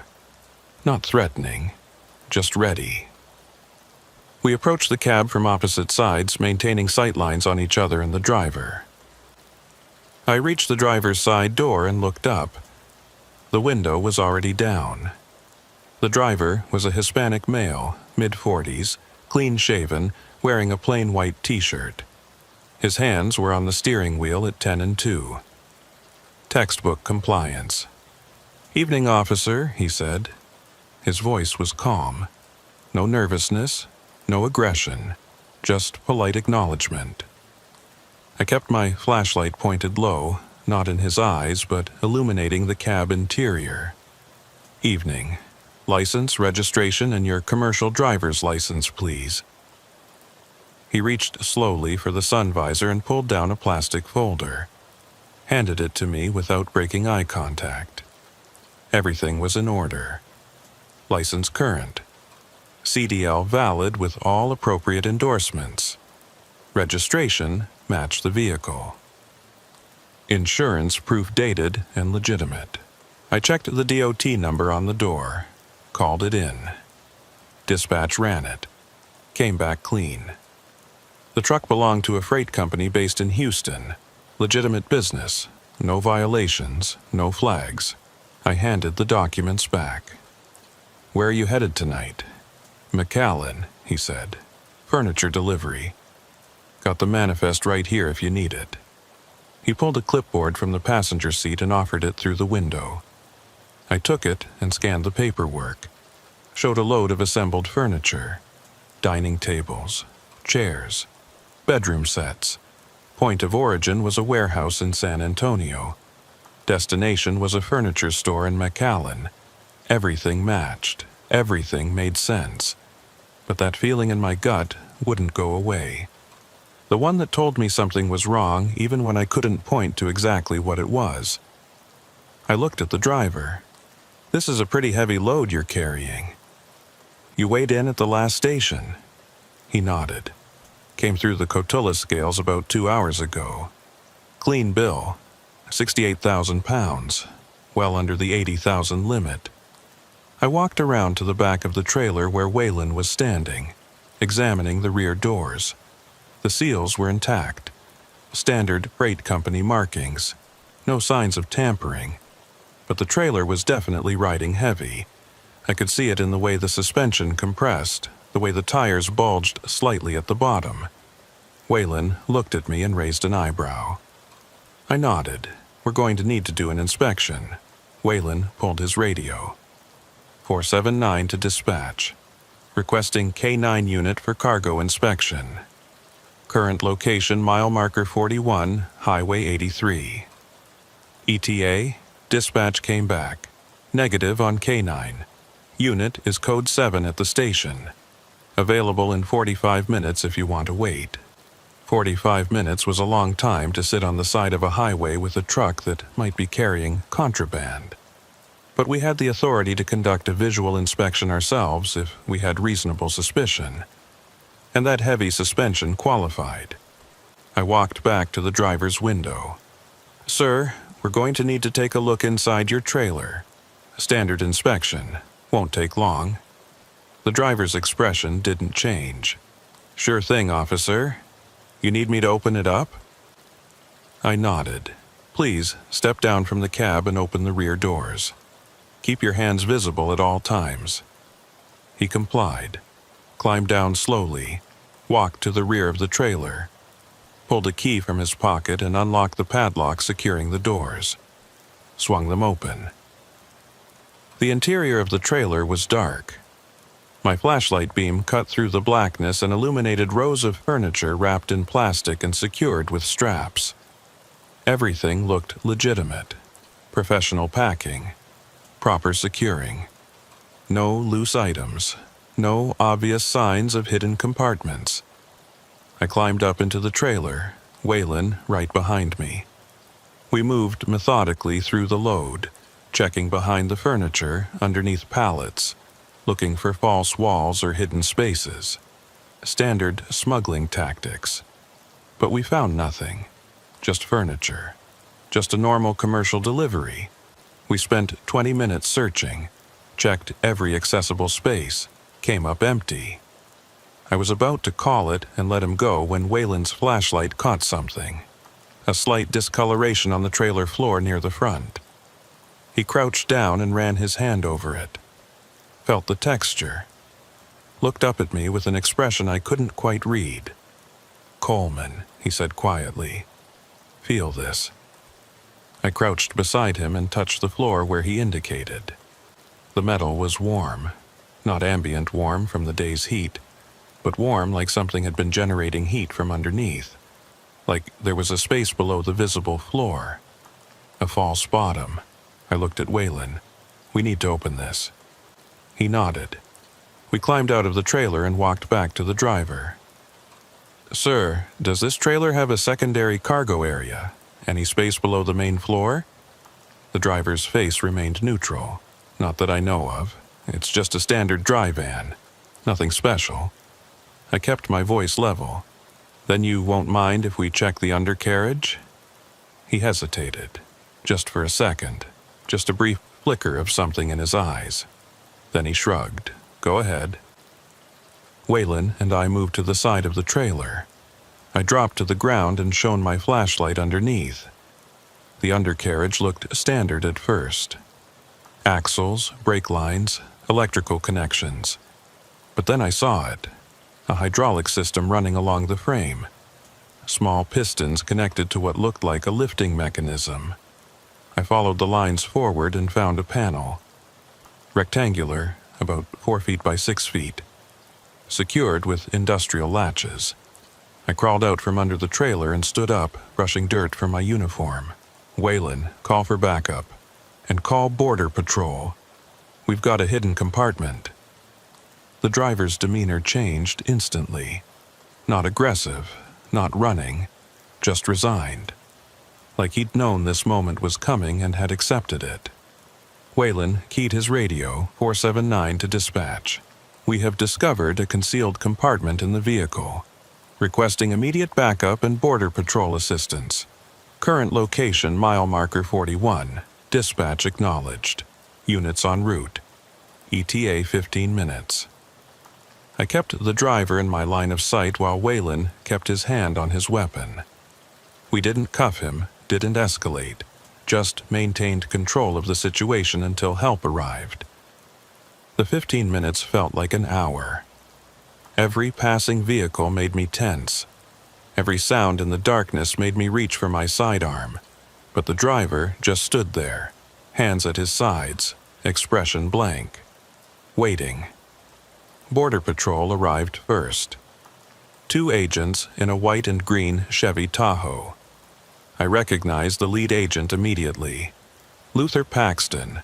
I'd worked with him on a few previous stops. Good agent. Professional, thorough.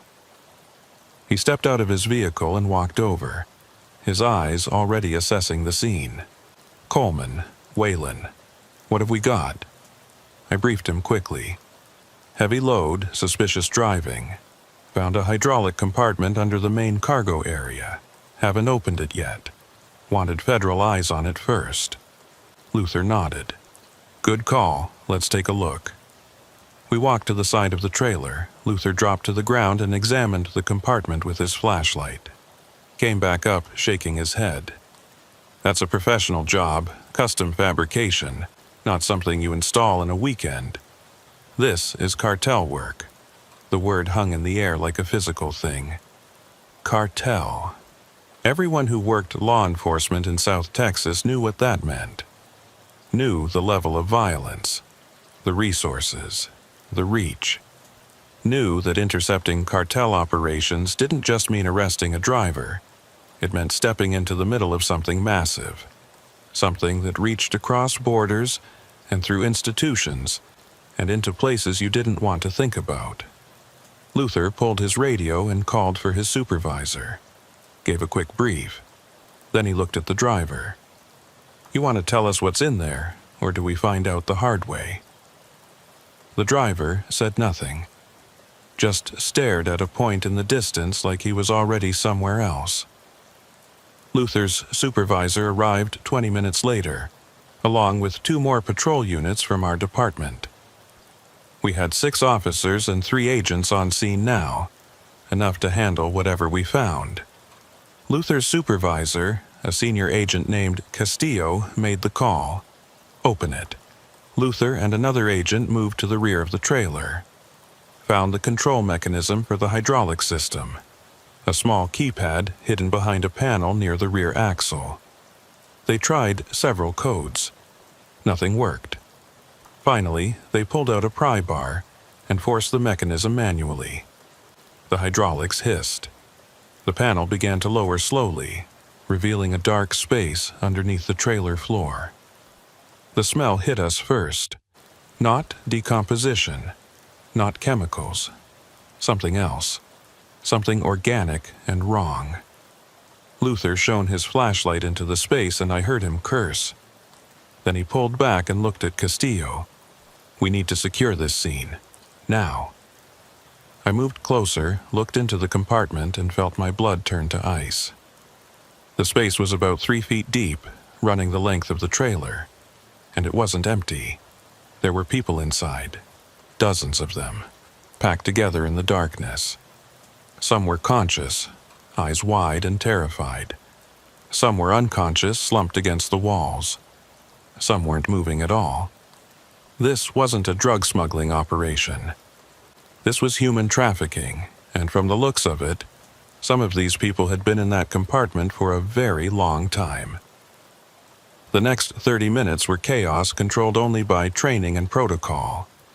Luther and his team immediately called for EMS, while Castillo secured the perimeter and started processing the scene. Waylon and I helped coordinate traffic control, redirecting vehicles away from the shoulder while more units arrived. Within 20 minutes, we had 4 ambulances, 2 fire rescue units, 6 border patrol vehicles, and 3 additional highway patrol cruisers on scene. The flashing lights turned the night into a strobing nightmare of red and blue. The people in the hidden compartment were being extracted one by one. Most were Hispanic, ranging from teenagers to middle-aged adults. Men, women, no children, thank God. The conscious ones were dehydrated, disoriented, speaking rapid Spanish that I could only partially understand. My Spanish was functional but not fluent, enough to write traffic tickets and conduct basic interviews, not enough to handle the flood of panicked questions and pleas that came pouring out as each person was lifted from that metal coffin. The paramedics worked with practiced efficiency, checking vitals, starting IVs, loading people onto gurneys. Some walked under their own power, shaky but ambulatory. Others had to be carried. 3 weren't breathing. The paramedics tried anyway, performing CPR right there on the shoulder while cars continued to pass on the highway, drivers slowing to gawk at the scene. I stood near my unit, documenting everything with my body camera and written notes. Time of discovery, number of victims, condition of each as they were removed, chain of custody for evidence. Standard procedure even in extraordinary circumstances. But my hands were shaking as I wrote. 7 years on the job and I'd never seen anything like this. Never encountered something that felt this wrong, this deliberately cruel. These weren't people who'd volunteered for dangerous passage. These were cargo, property, things to be moved and sold and discarded when they stopped being useful. Waylon stood beside me, his face gray in the emergency lighting. He'd been a cop for 30 years and I could see this was hitting him hard too. He kept looking at the people being loaded into ambulances, then looking away, then looking back like he was trying to make sense of something that refused to make sense. Luther approached us, pulling off his gloves. His expression was grim. Final count is 23 people extracted. 3 DOA, 20 survivors, various conditions. We've got statements from a few of them. They were picked up in Reynosa 3 days ago, promised passage to Houston for agricultural work, paid $2,000 each. Were told it would be a comfortable ride in a passenger van. Instead, they got loaded into that compartment yesterday morning. No food, no water, no ventilation except through those small vents you saw in the undercarriage. Driver never stopped, never checked on them, just drove. I felt sick. 3 days ago meant they'd been promised a border crossing. Yesterday morning meant the compartment was sealed for almost 24 hours. In this heat, in that confined space, it was a miracle only 3 had died. What about the driver? I asked. Luther shook his head. Lawyered up immediately. Won't say a word, but we ran his phone, got some preliminary hits. Calls to numbers in Reynosa, Nuevo Laredo, and Houston. All burner phones, all disconnected now. We're working with Mexican authorities to track them, but you know how that goes. I knew. The cartels changed phones constantly, used disposable SIM cards, operated through layers of cutouts and intermediaries so thick that tracing a single call back to someone who mattered was nearly impossible. The driver would take the fall, probably get 15 to 20 years in federal prison, and the people who actually ran the operation would replace him within a week and keep moving product like nothing had happened. Castillo walked over, his radio pressed to his ear, listening to something. He held up a finger, finished the call, then looked at us. We've got a problem. The furniture company that owns this truck is reporting the vehicle stolen. Says it was taken from their Houston depot 2 days ago. They filed a police report. We confirmed it with Houston PD, which means this truck isn't part of a legitimate shipment. It's a stolen vehicle being used for a smuggling run. Waylon frowned. If the truck's stolen, how'd the driver have all the right paperwork? Registration, insurance manifest? Castillo's expression darkened.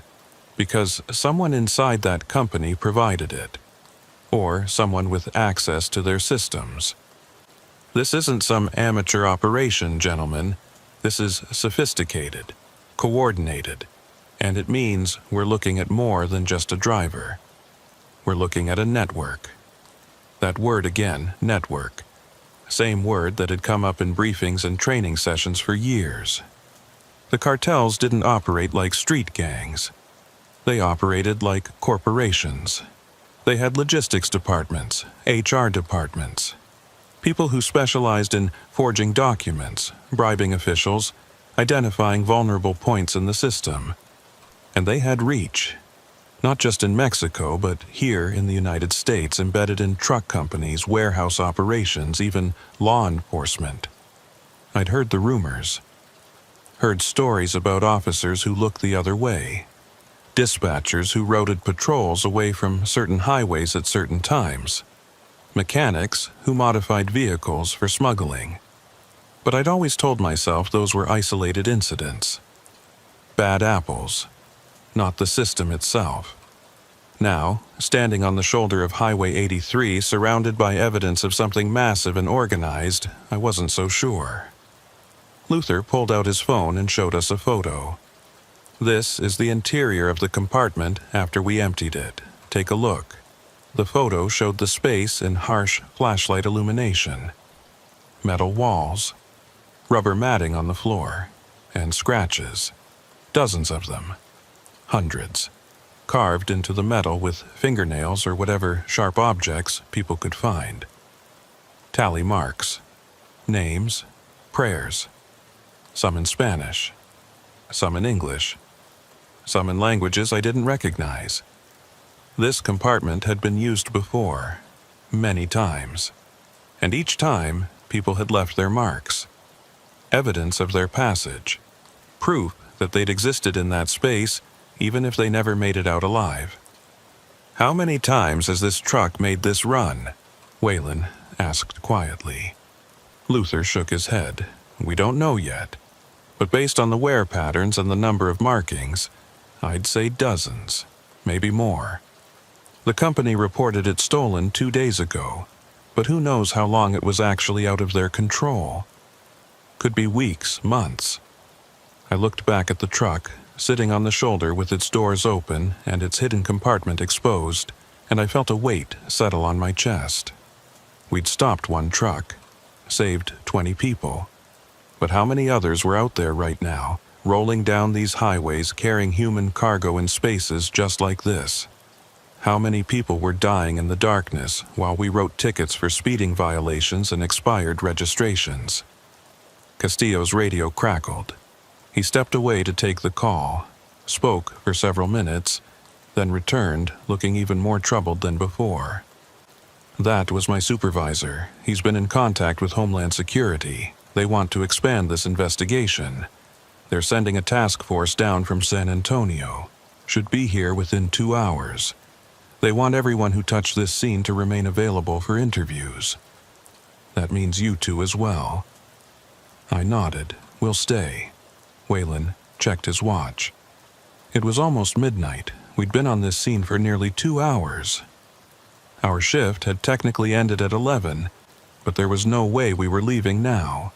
Not with federal investigators incoming. Not with the scope of what we'd uncovered.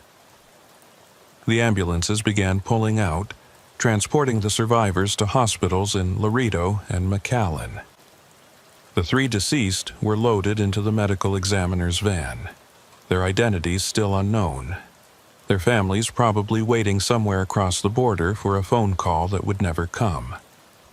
I watched the van drive away and thought about the people who'd died in that compartment, thought about their last moments, the heat, the suffocation, the realization that no one was coming to help, that they'd been sealed inside and forgotten.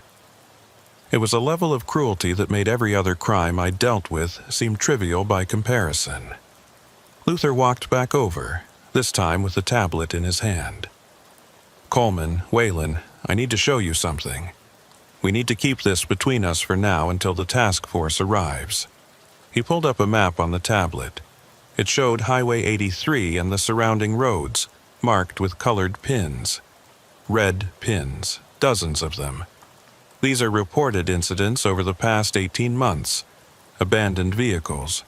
Traffic stops where the driver fled on foot. Suspicious activity calls, all along this corridor, all fitting a similar pattern. We've been tracking it, but we haven't had enough evidence to establish a definitive route or identify the key players. Until now, he zoomed in on our current location. This stop you made? This is the first time we've actually caught them in the act. First time we've found victims alive and extracted them before the truck reached its destination. Which means this is the first real opportunity we've had to map the network, identify the handlers, and potentially shut down the entire operation. But it also means you two are now material witnesses in a federal investigation. And that comes with risks. I looked at him. What kind of risks? Luther's voice dropped.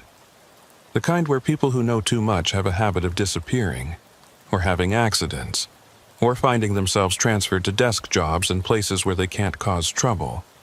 Waylon spoke up, his voice steady despite the implications. We're cops. We did our job. We're not backing down because someone might get nervous about what we saw. Luther nodded. I respect that. Just understand what you're walking into. These organizations don't play games. They've got resources. They've got reach.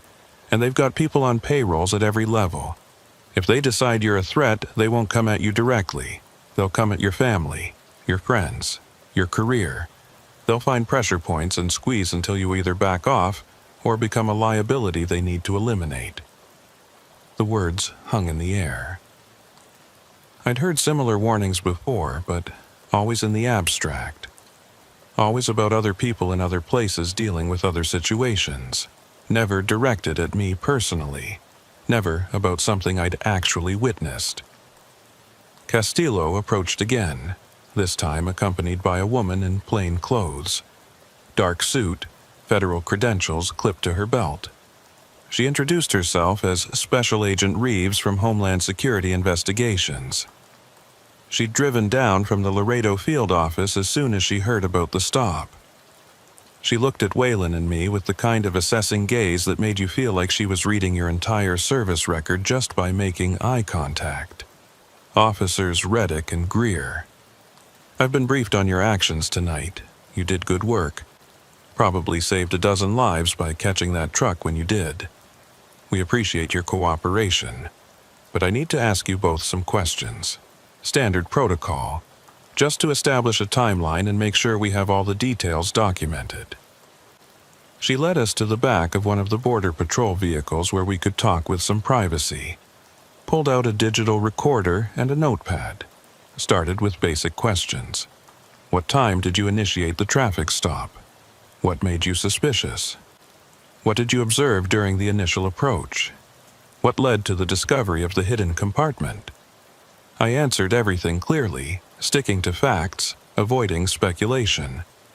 Waylon did the same. We'd both been through interview training. We knew how to give statements. But about 15 minutes in, her questions started to shift.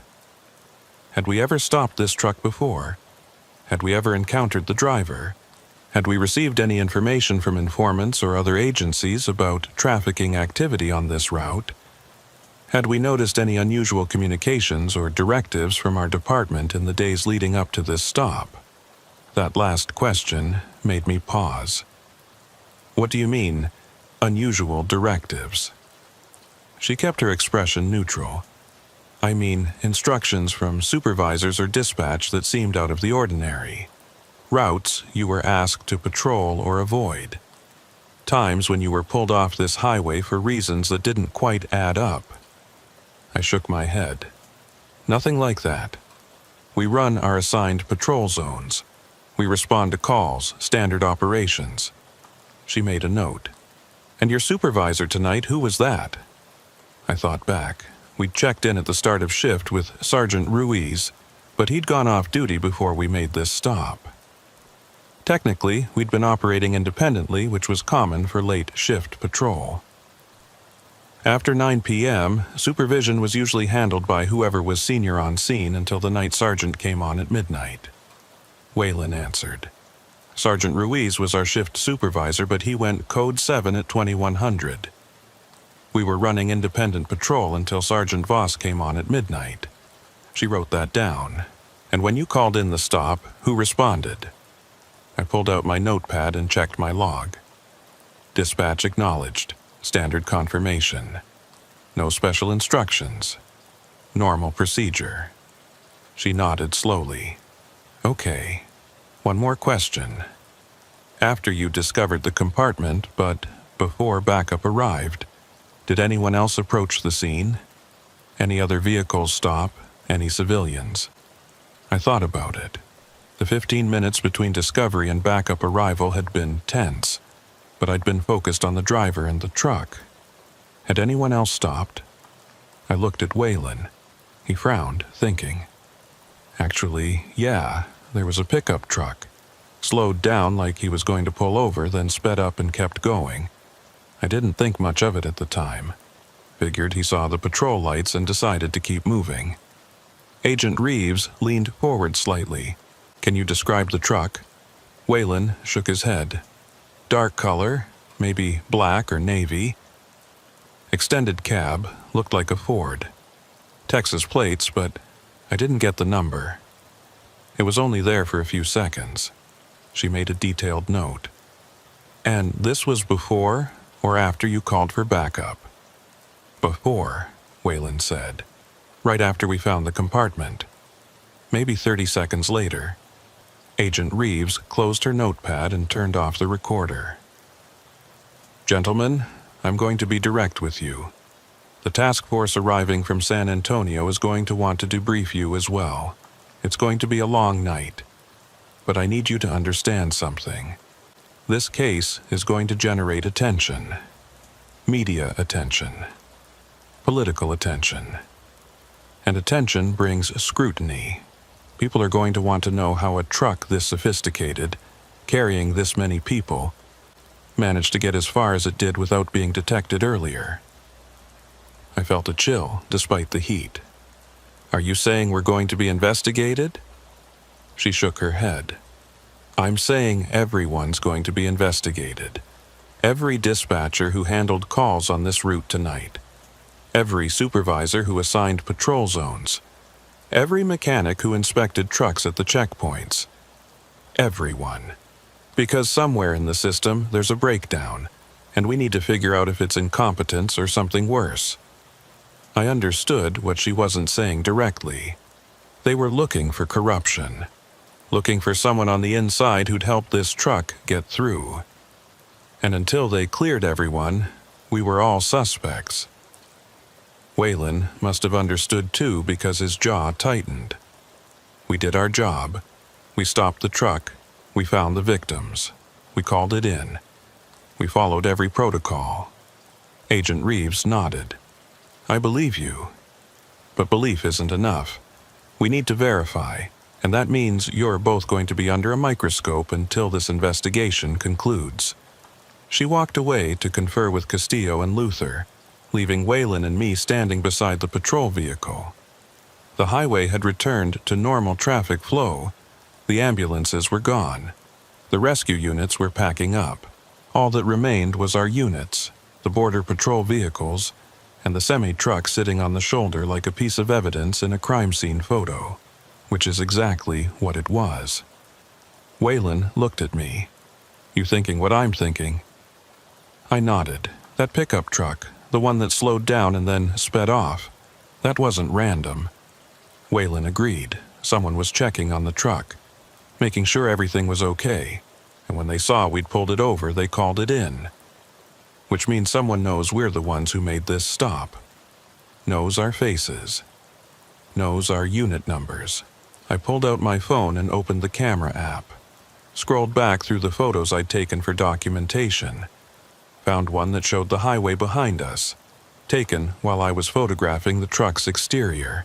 In the background, barely visible, was a dark vehicle on the shoulder about a quarter-mile back. Too far to make out details, but clearly there. Watching. I showed it to Waylon. He cursed under his breath. "We need to tell them about this." I agreed. We walked back to where Agent Reeves was standing with the other investigators. Showed her the photo, explained what we'd realized. Her expression remained professional, but I saw something flicker in her eyes. Concern, or maybe confirmation of something she'd already suspected. She pulled Castillo and Luther over. They examined the photo. Castillo zoomed in as far as the resolution would allow. Can't make out plates, can't even confirm the vehicle type, but it's definitely there. And if Officers Greer and Reddick are right about the timing, that's surveillance. Luther spoke up. If they were running surveillance, they know this shipment was intercepted, which means they'll be changing routes, changing procedures, possibly eliminating anyone who could tie them to this truck. The driver, for instance. We need to get him into protective custody immediately. Castillo nodded and pulled his radio, issuing instructions to the agents guarding the driver. Agent Reeves looked at Waylon and me. "You two need to be careful. Go home after your interviews. Don't discuss this case with anyone outside official channels. Don't post anything on social media. Don't even tell your families details. Just say you had a routine traffic stop that led to an arrest. Nothing more. And if anyone approaches you, anyone at all, asking questions about tonight, you report it immediately. Understood?" We both nodded, but I didn't feel reassured. I felt exposed, like we'd stumbled into something that was now aware of us, something that was watching, waiting to see what we'd do next. The task force arrived just after 2 a.m. 3 black SUVs, 6 agents, equipment cases, portable lighting. They set up a command post using one of the vehicles and began processing everyone on scene. Waylon and I were separated and interviewed individually.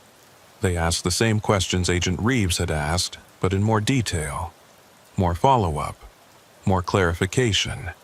They wanted to know everything about our patrol patterns, our previous stops, our interactions with other officers. It felt less like a witness interview and more like an interrogation. But I answered everything honestly. I had nothing to hide. The interview lasted 90 minutes. By the time they finished, it was almost 4 a.m. Waylon emerged from his interview looking exhausted. We were told we could leave, but that we'd be contacted again soon for follow-up questions. We drove back to the station in convoy, neither of us saying much. The adrenaline had worn off, replaced by fatigue and unease. We filed our end-of-shift reports, locked our equipment in our lockers, and headed for the parking lot. My personal vehicle was parked under a light near the back fence. I walked toward it, keys in hand, and stopped. There was something on my windshield, a piece of paper. Folded once. I looked around. The lot was empty. Waylon had already driven off. I was alone. I approached the vehicle slowly, every instinct telling me something was wrong. Picked up the paper carefully, using my sleeve to avoid leaving prints. Unfolded it. Inside was a single sentence, written in block letters with black marker. "You should have kept driving." I stood in the parking lot staring at that note for a full minute before my training kicked in. Don't touch it more than necessary. Don't contaminate potential evidence. Document everything. I pulled out my phone and photographed the note from multiple angles, making sure the timestamp and location data were captured. Then I called it in. Not dispatch. Not my supervisor. I called Agent Reeves directly. She'd given me her card before leaving the scene, told me to contact her if anything unusual happened. This qualified. She answered on the second ring, her voice alert despite the early hour. "Agent Reeves." I kept my voice steady. "This is Officer Reddick. I'm at the station parking lot. Someone left a note on my windshield. A threat." There was a brief pause. Then I heard movement in the background. The sound of her already getting ready to move. "Don't touch anything else. Don't get in your vehicle. Stay in a visible location. I'm 10 minutes out." She hung up. I walked back toward the station entrance, positioning myself under the security lights where the cameras would have clear sight lines. The parking lot felt different now, the shadows deeper, the spaces between vehicles darker. Every sound made me tense. The hum of the air conditioning units, the distant traffic on the highway, the rustle of wind through the scrub brush beyond the fence. Agent Reeves arrived in 8 minutes, not 10. She pulled up in an unmarked sedan, parked beside my vehicle, and stepped out wearing the same suit she'd had on earlier. She must have been working straight through. She approached my truck carefully, using a flashlight to examine the note without touching it. Then she pulled an evidence bag from her jacket pocket and collected it with gloved hands, sealed it, labeled it. "When did you discover this?" I checked my watch, 17 minutes ago. I called you immediately after documenting it. She nodded, examining my vehicle's exterior. Any damage? Any signs of tampering? I walked around the truck with her. Everything looked normal. Doors locked, no scratches, no broken glass, just the note. She looked at the station security cameras mounted on the building's corners. "Those cameras cover this lot?" I nodded. "Full coverage, 24-hour recording. We can pull the footage." She pulled out her phone and made a call. Within 5 minutes, a unit supervisor arrived, unlocked the station, and led us to the security office.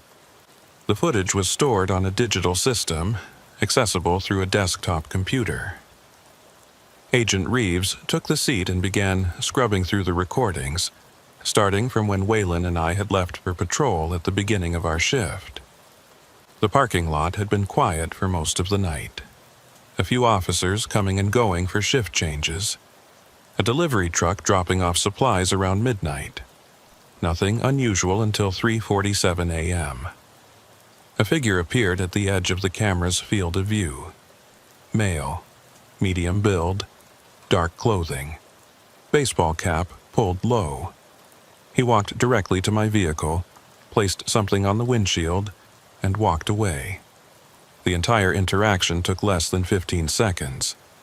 Agent Reeves backed up the footage and played it again in slow motion. Enhanced the image as much as the system would allow. But the resolution wasn't good enough to capture facial features. The angle was wrong, the lighting inadequate. All we could confirm was approximate height and build. Could be anyone. She marked the timestamp and copied the file to a thumb drive. Then she turned to me. "This happened while you were being interviewed by the task force, which means someone knew exactly where you were and how long you'd be occupied." The implication settled over me like cold water. Someone had been watching the station, watching me, waiting for an opportunity. This wasn't random, wasn't opportunistic. This was calculated, professional. The kind of thing you do when you want to send a message without being caught. Agent Reeves stood and gestured for me to follow her out of the security office. We walked back to the parking lot, standing between our vehicles where we could talk with some privacy. "Officer Reddick, I'm going to be direct with you again. This note changes things. Before, you were a witness, someone who happened to make the right traffic stop at the right time. But now someone's made contact. Someone's trying to intimidate you. Which means they see you as more than just a witness. They see you as a threat." I kept my voice level, even though my pulse was hammering. "What are you saying?" She met my gaze. "I'm saying you need protection. Not full witness security, not yet, but enhanced awareness at minimum. I'm going to recommend that you be temporarily reassigned to administrative duties. Take you off patrol for a few weeks while we work this investigation. Give them time to move on to other concerns." I shook my head. "I'm not hiding. I'm not letting them scare me off the job I'm supposed to do." She sighed. "I respect that. But you need to understand what you're dealing with. These organizations don't make idle threats. They don't leave notes for dramatic effect. They do it to establish psychological pressure, to make you second-guess yourself, to make you wonder if stopping that truck was worth whatever comes next. "And what comes next?" I asked. She was quiet for a moment, choosing her words carefully. "That depends on what they decide about you. If they think you're going to be a problem, if they think you saw something or know something that could damage their operation, they'll escalate. They'll start with surveillance. Then they'll move to more direct intimidation, threats against family members, incidents at your home." I nodded, too tired and too overwhelmed to argue. "How did the names leak?" Luther shook his head. "We're investigating that now. Could be someone in dispatch. Could be someone in the media who has law enforcement sources. Could be intentional or accidental. But either way, the damage is done." Agent Reeves pulled up a chair and sat down across from me. "Officer Reddick, I need to ask you something, and I need you to think carefully before you answer. In the time since you made that traffic stop, have you told anyone outside official channels about what you found? Family? Friends? Anyone?" I shook my head. "No, you told us not to discuss it. I followed those instructions. What about social media? Any posts? Any messages?" "Nothing. I haven't even checked my personal accounts." She nodded. "Good. Because whoever leaked your names is either trying to expose you to retaliation, or they're trying to flush out other potential witnesses by creating chaos. Either way, we need to control the narrative before this gets worse." Waylon arrived 20 minutes later, escorted by 2 agents. He looked haggard, his uniform wrinkled, his eyes red from lack of sleep. He spotted me across the room and walked over. "Coleman, you okay?" "As okay as I can be," I said. "You?" He shrugged. "Found another note on my truck this morning. Same message. Also found my tires slashed." That got everyone's attention. Agent Reeves immediately pulled Waylon aside for a private conversation. I could see her expression growing more serious as he explained what had happened. This was escalating faster than anyone had anticipated. The notes were psychological warfare. Slashing tires was property destruction. The next step would be violence. Luther came back over and lowered his voice. "Coleman, I need to tell you something off the record.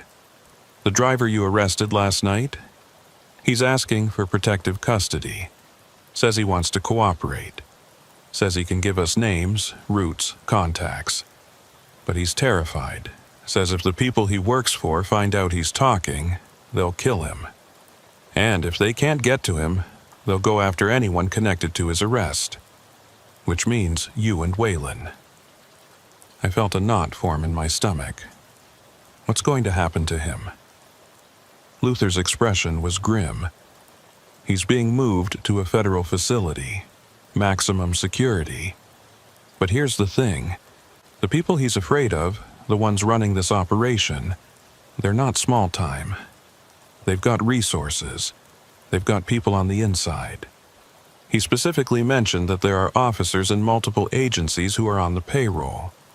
He wouldn't give names yet, not until he has guarantees, but he made it clear that this goes deep.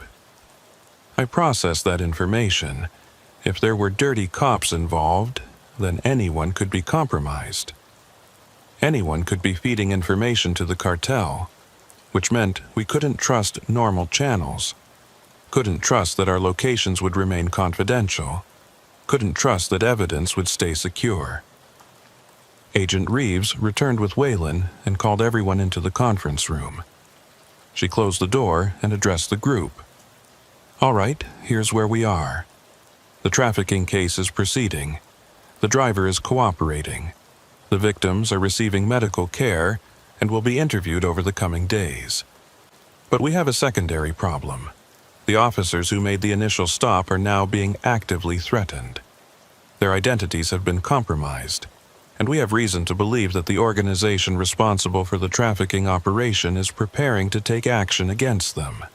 She looked at Waylon and me. "Which brings me to you two. As of right now, you're both being placed on paid administrative leave. This isn't punitive. This is protective. We need you off the streets until we can determine the full scope of the threat.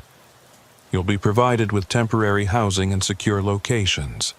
You'll have protective details, and you'll be kept informed of the investigation's progress. But you cannot return to your homes. You cannot go back on patrol. You cannot have contact with anyone outside approved channels. This is non-negotiable. Waylon spoke up. How long? Agent Reeves's expression was sympathetic. I don't know. Could be weeks. Could be months.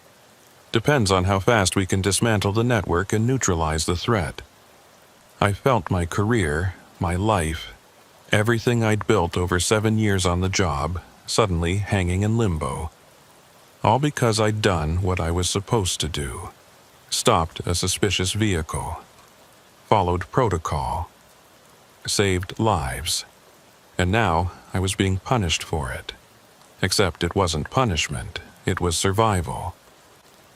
Agent Reeves seemed to read my thoughts. I know this isn't fair. I know you did everything right. But these people don't care about right and wrong. They care about protecting their operation. And right now, you're a threat to that operation, which makes you a target. The briefing continued for another hour. They explained the protective protocols, the communication procedures, the restrictions. No contact with former colleagues, no social media, no predictable patterns. Essentially, we were going into a form of witness protection without actually being in the official program. After the briefing, I was taken to a safe house on the outskirts of Laredo. A small apartment in a gated community. Anonymous. Forgettable. 2 agents stayed outside in a parked car, maintaining surveillance. I was given a prepaid phone with only approved numbers programmed in. My personal phone was taken for forensic analysis. My apartment would be secured and monitored, but I couldn't go back there. My life, as I knew it, was over, at least temporarily. I sat on the unfamiliar couch in the unfamiliar apartment and stared at the blank walls. Thought about the 20 people we'd pulled from that compartment. Thought about the 3 who hadn't made it. Thought about how many others were out there right now, sealed in darkness, praying someone would find them. And I realized that despite everything, despite the threats and the fear and the disruption to my life, I'd do it again. Because that's what the badge meant. That's what the oath meant. But sitting there alone in that safe house with armed agents outside and an unknown threat circling somewhere in the darkness, I couldn't shake the feeling that I'd made myself a target for something far bigger and more dangerous than I'd ever imagined. My phone buzzed. The prepaid one. A text from an unknown number. Just 2 words. Stop investigating. I stared at the message. This phone was supposed to be secure. Only approved contacts. Only Agent Reeves and the protective detail had this number, which meant someone had already compromised it. Already found me, already proven that no matter where they put me, no matter how many agents stood guard, they could still reach me. I called Agent Reeves immediately, told her about the message. She went silent for a long moment, then said quietly, "Pack your things. We're moving you, now." The safe house hadn't lasted 4 hours. The new safe house was 40 miles north in a town I'd never worked. Different county, different jurisdiction, different protective detail. Agent Reeves personally drove me there in an unmarked vehicle, taking a route that doubled back multiple times, watching for tails. We didn't speak much during the drive. There wasn't much to say. The fact that they'd compromised a secure phone in under 4 hours told us everything we needed to know about the level of sophistication we were dealing with. These weren't street-level criminals. These were people with access to technology, to databases, to resources that shouldn't have been available to anyone outside government agencies. The second safe house was actually a motel room, cash paid, fake name on the register. 2 agents in the room next door with a connecting door that stayed unlocked. Agent Reeves handed me another prepaid phone. This one she'd purchased herself from a random convenience store an hour earlier. Nobody knows this number except me, not the task force, not your protective detail, not even other HSI agents. You use it only to contact me. If you get any messages, any calls, anything at all from numbers you don't recognize, you tell me immediately. I took the phone. What about Waylon? Where is he? She hesitated before answering. He's being moved to a different location, separate from you. We think it's safer if you're not together. Makes it harder for them to target both of you at once. That logic made sense tactically, but it also meant I'd lost my only connection to someone who understood what I was going through. Waylon and I had worked together for 3 years. We'd handled dangerous calls, covered each other's backs, built the kind of trust that only comes from shared experience under pressure. And now we were being separated, isolated, turned into individuals instead of a team, which was probably exactly what they wanted. Easier to intimidate one person than two. Agent Reeves must have seen something in my expression because she added, "He's safe, I promise. And once we've secured the situation, once we've identified and neutralized the immediate threats, you'll be able to reconnect. But right now, separation is the best protection I can offer you." I spent the rest of that day and the following night in the motel room. Ate food delivered by the protective detail. Watched cable news coverage of the trafficking case. The story had grown. More outlets picking it up. Politicians making statements about border security and immigration policy. Advocacy groups demanding better protections for trafficking victims. But nobody was talking about the officers who'd made the stop. Our names had circulated briefly on social media but had been quickly scrubbed by request of federal investigators. Officially, we didn't exist. We were just unnamed officers who'd done their job. Which should have made me feel safer. Should have meant we were fading back into anonymity. But it didn't feel that way.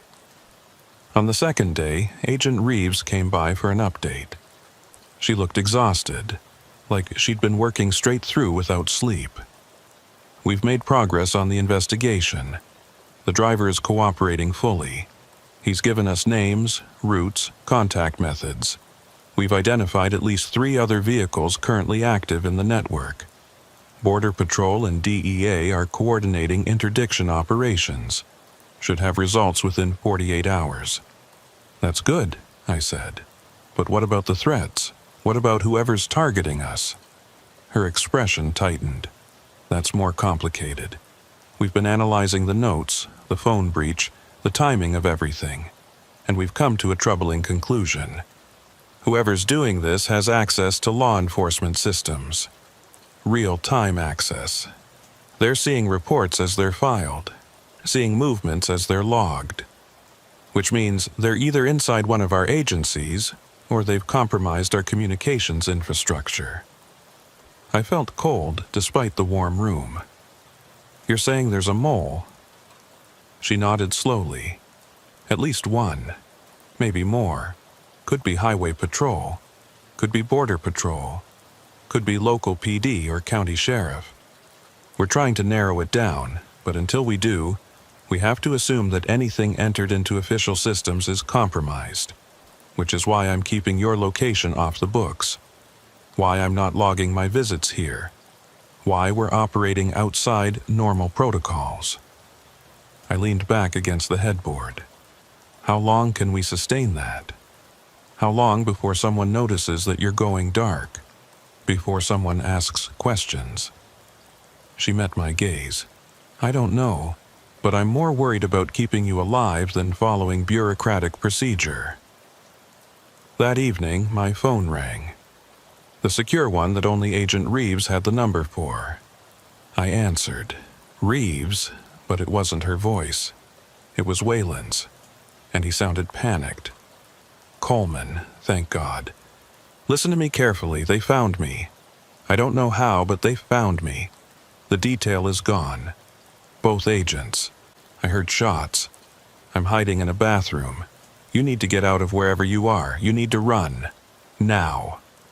My heart was pounding. "Waylon, where are you? What happened?" His voice was strained, breathing hard. "I don't have time to explain. Just listen. They're in the building. I can hear them searching. I'm sending you coordinates. Meet me there if you can. If you don't hear from me in 2 hours, assume I'm gone." The line went dead. I immediately called Agent Reeves, told her everything.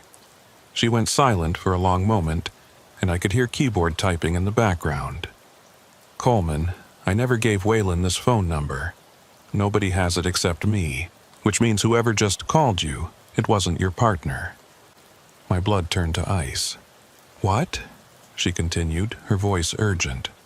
"Waylon is in protective custody in a facility in Austin. He's been there since yesterday. I confirmed his location 30 minutes ago. Whoever called you was either using a voice synthesizer sophisticated enough to fool you, or they have recordings of his voice. Either way, they're trying to flush you out. They want you to leave the safe house." I looked at the phone in my hand like it was a venomous snake. But it sounded exactly like him. The panic, the fear, everything. "That's the point," she said. "They're good at this. They've probably been recording police radio traffic, phone calls, anything they can use to build psychological profiles and manipulate targets."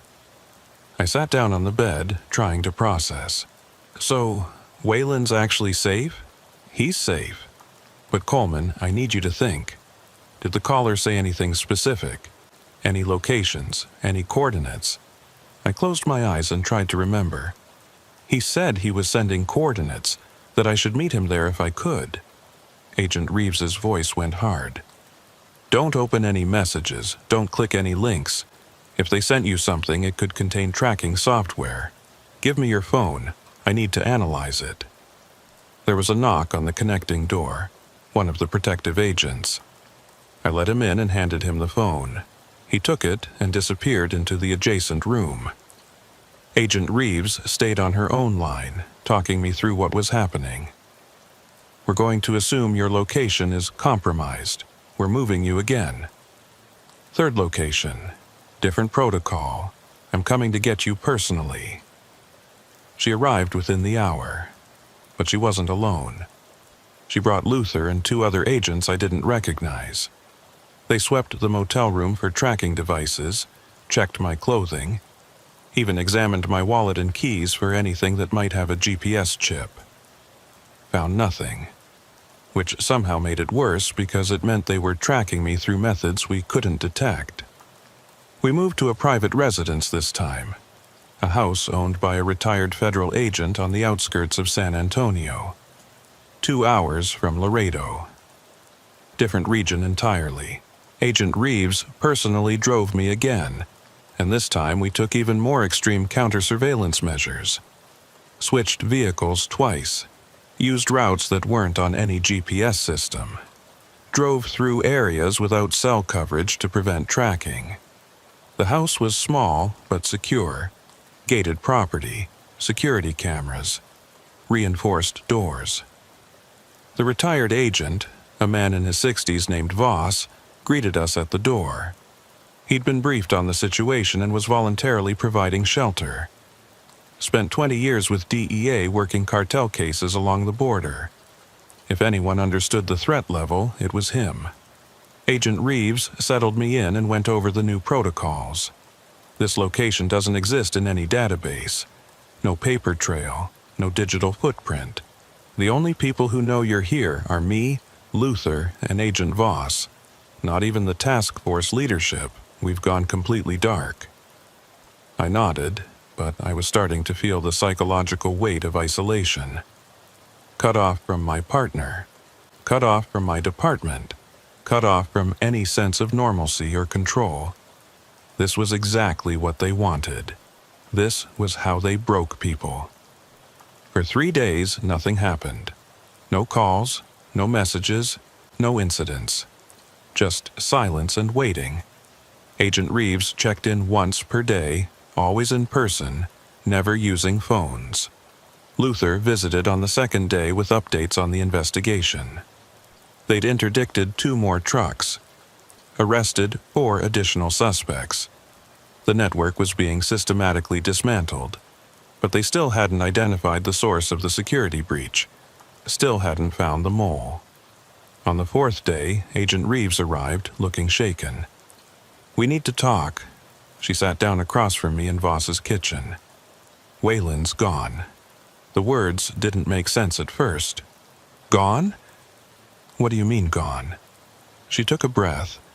"He was in protective custody in Austin, maximum security facility. This morning, when they did the routine check, his room was empty. Door still locked from the outside. Window still secured. No signs of forced entry or escape. He just vanished. I felt like I'd been hit in the chest. That's impossible. You can't just disappear from a maximum security facility." She nodded. "I know. Which is why this is so concerning. Either he found a way to escape, which seems unlikely given the security measures, or someone helped him leave. Someone with access. Someone who could move him without triggering alarms or leaving evidence." I stood up, pacing. "You think the mole got to him?" She looked at me with an expression I couldn't quite read. "That's one possibility. The other is that Wayland wasn't taken. The other is that he left voluntarily." That stopped me cold. "What are you saying?" Agent Reeves pulled out a tablet and showed me surveillance footage. This was taken from a gas station about 60 miles south of Austin, 2 hours after Wayland was discovered missing. The footage showed a man matching Wayland's description pumping gas into a pickup truck. He was alone, not restrained, not acting like someone who'd been kidnapped. He paid cash, got back in the truck, and drove away. I stared at the screen. That doesn't prove anything. Maybe he escaped, and he's trying to get somewhere safe. Maybe he doesn't trust anyone anymore after everything that's happened. Agent Reeves switched to another video. This one from a truck stop near Laredo. Same day, same vehicle. But this time, Wayland was meeting with someone. A man I didn't recognize. They talked for several minutes. Then the man handed Wayland something. An envelope. Wayland opened it, checked the contents, nodded, and they separated. The man drove off in a dark sedan. Wayland returned to his truck. I felt sick. "What are you saying?" Agent Reeves' voice was gentle but firm.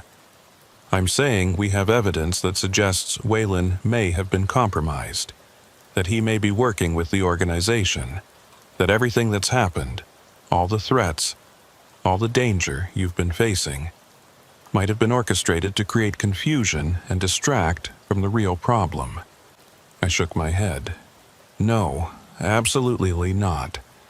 I've worked with Wayland for 3 years. He's a good cop. He wouldn't do this."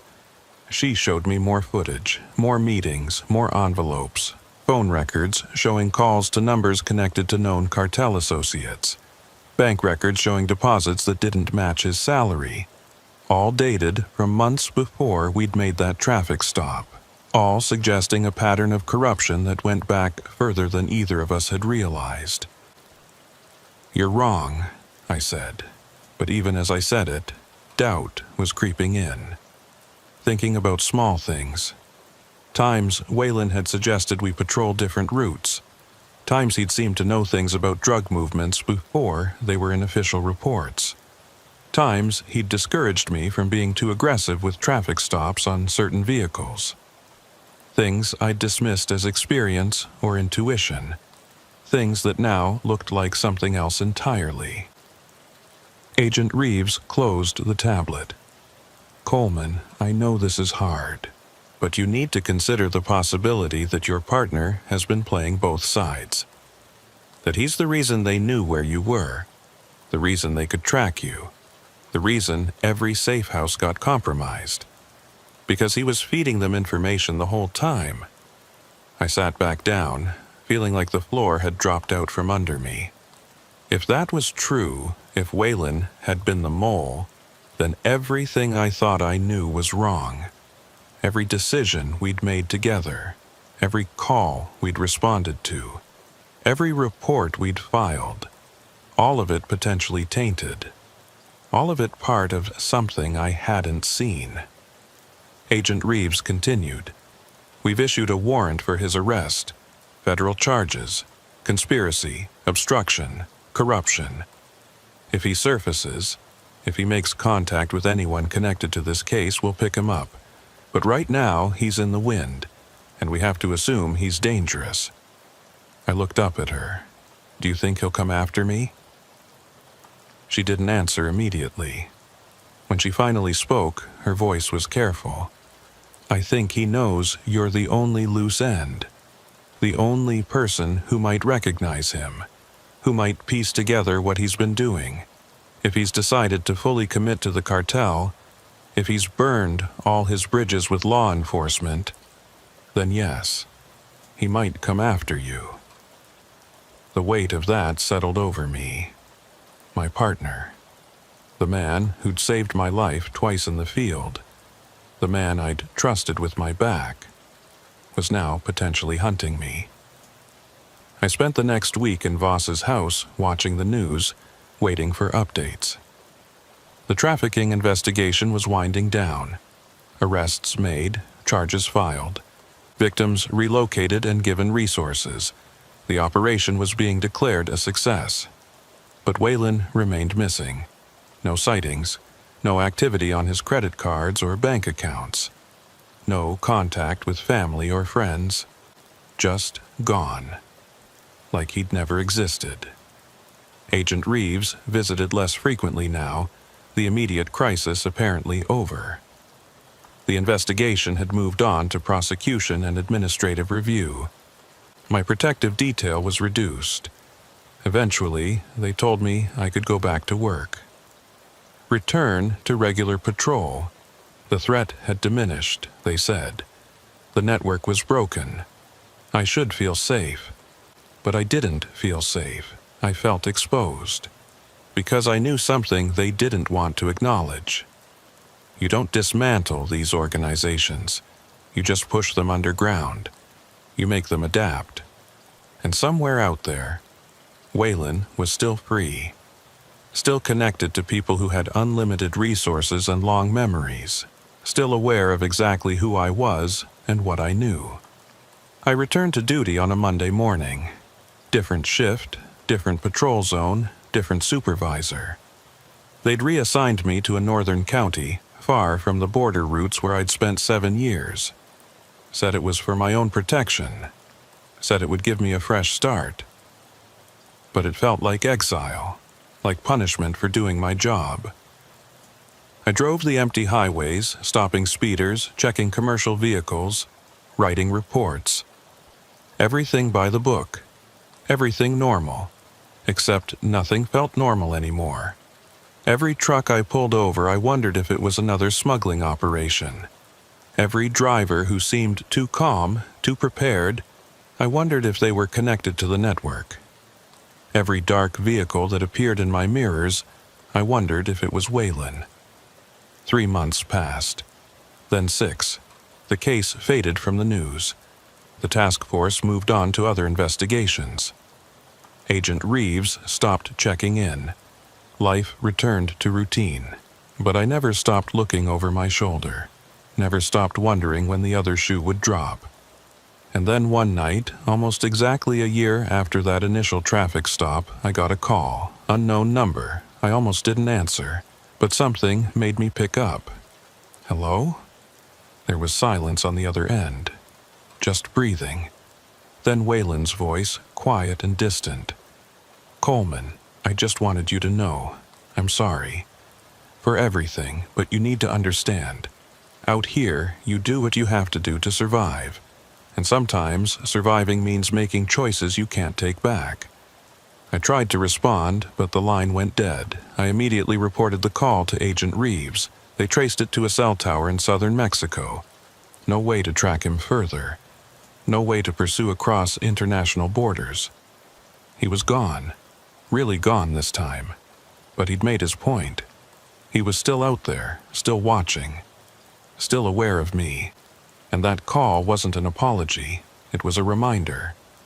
A warning that the network hadn't been broken. It had just adapted. That the people I'd helped prosecute had been replaced. That the routes I'd helped shut down had been rerouted. That everything we'd done had been temporary. And that I'd made enemies who'd never forget. I still work highway patrol. Still pull over suspicious vehicles. Still write reports and follow protocols. But every night when I drive those empty roads, I think about that compartment under the truck. Think about the people we saved and the ones we didn't. Think about how many others are out there right now, sealed in darkness, praying someone will find them. And I think about Waylon, about whether he was corrupt from the beginning or whether something broke him along the way. Whether he made his choices freely or whether he'd been trapped like those people in the compartment, with no good options and no way out. I'll never know the answer, and that might be the worst part. Not knowing if your partner was evil or desperate. Not knowing if he became what he became by choice or by circumstance.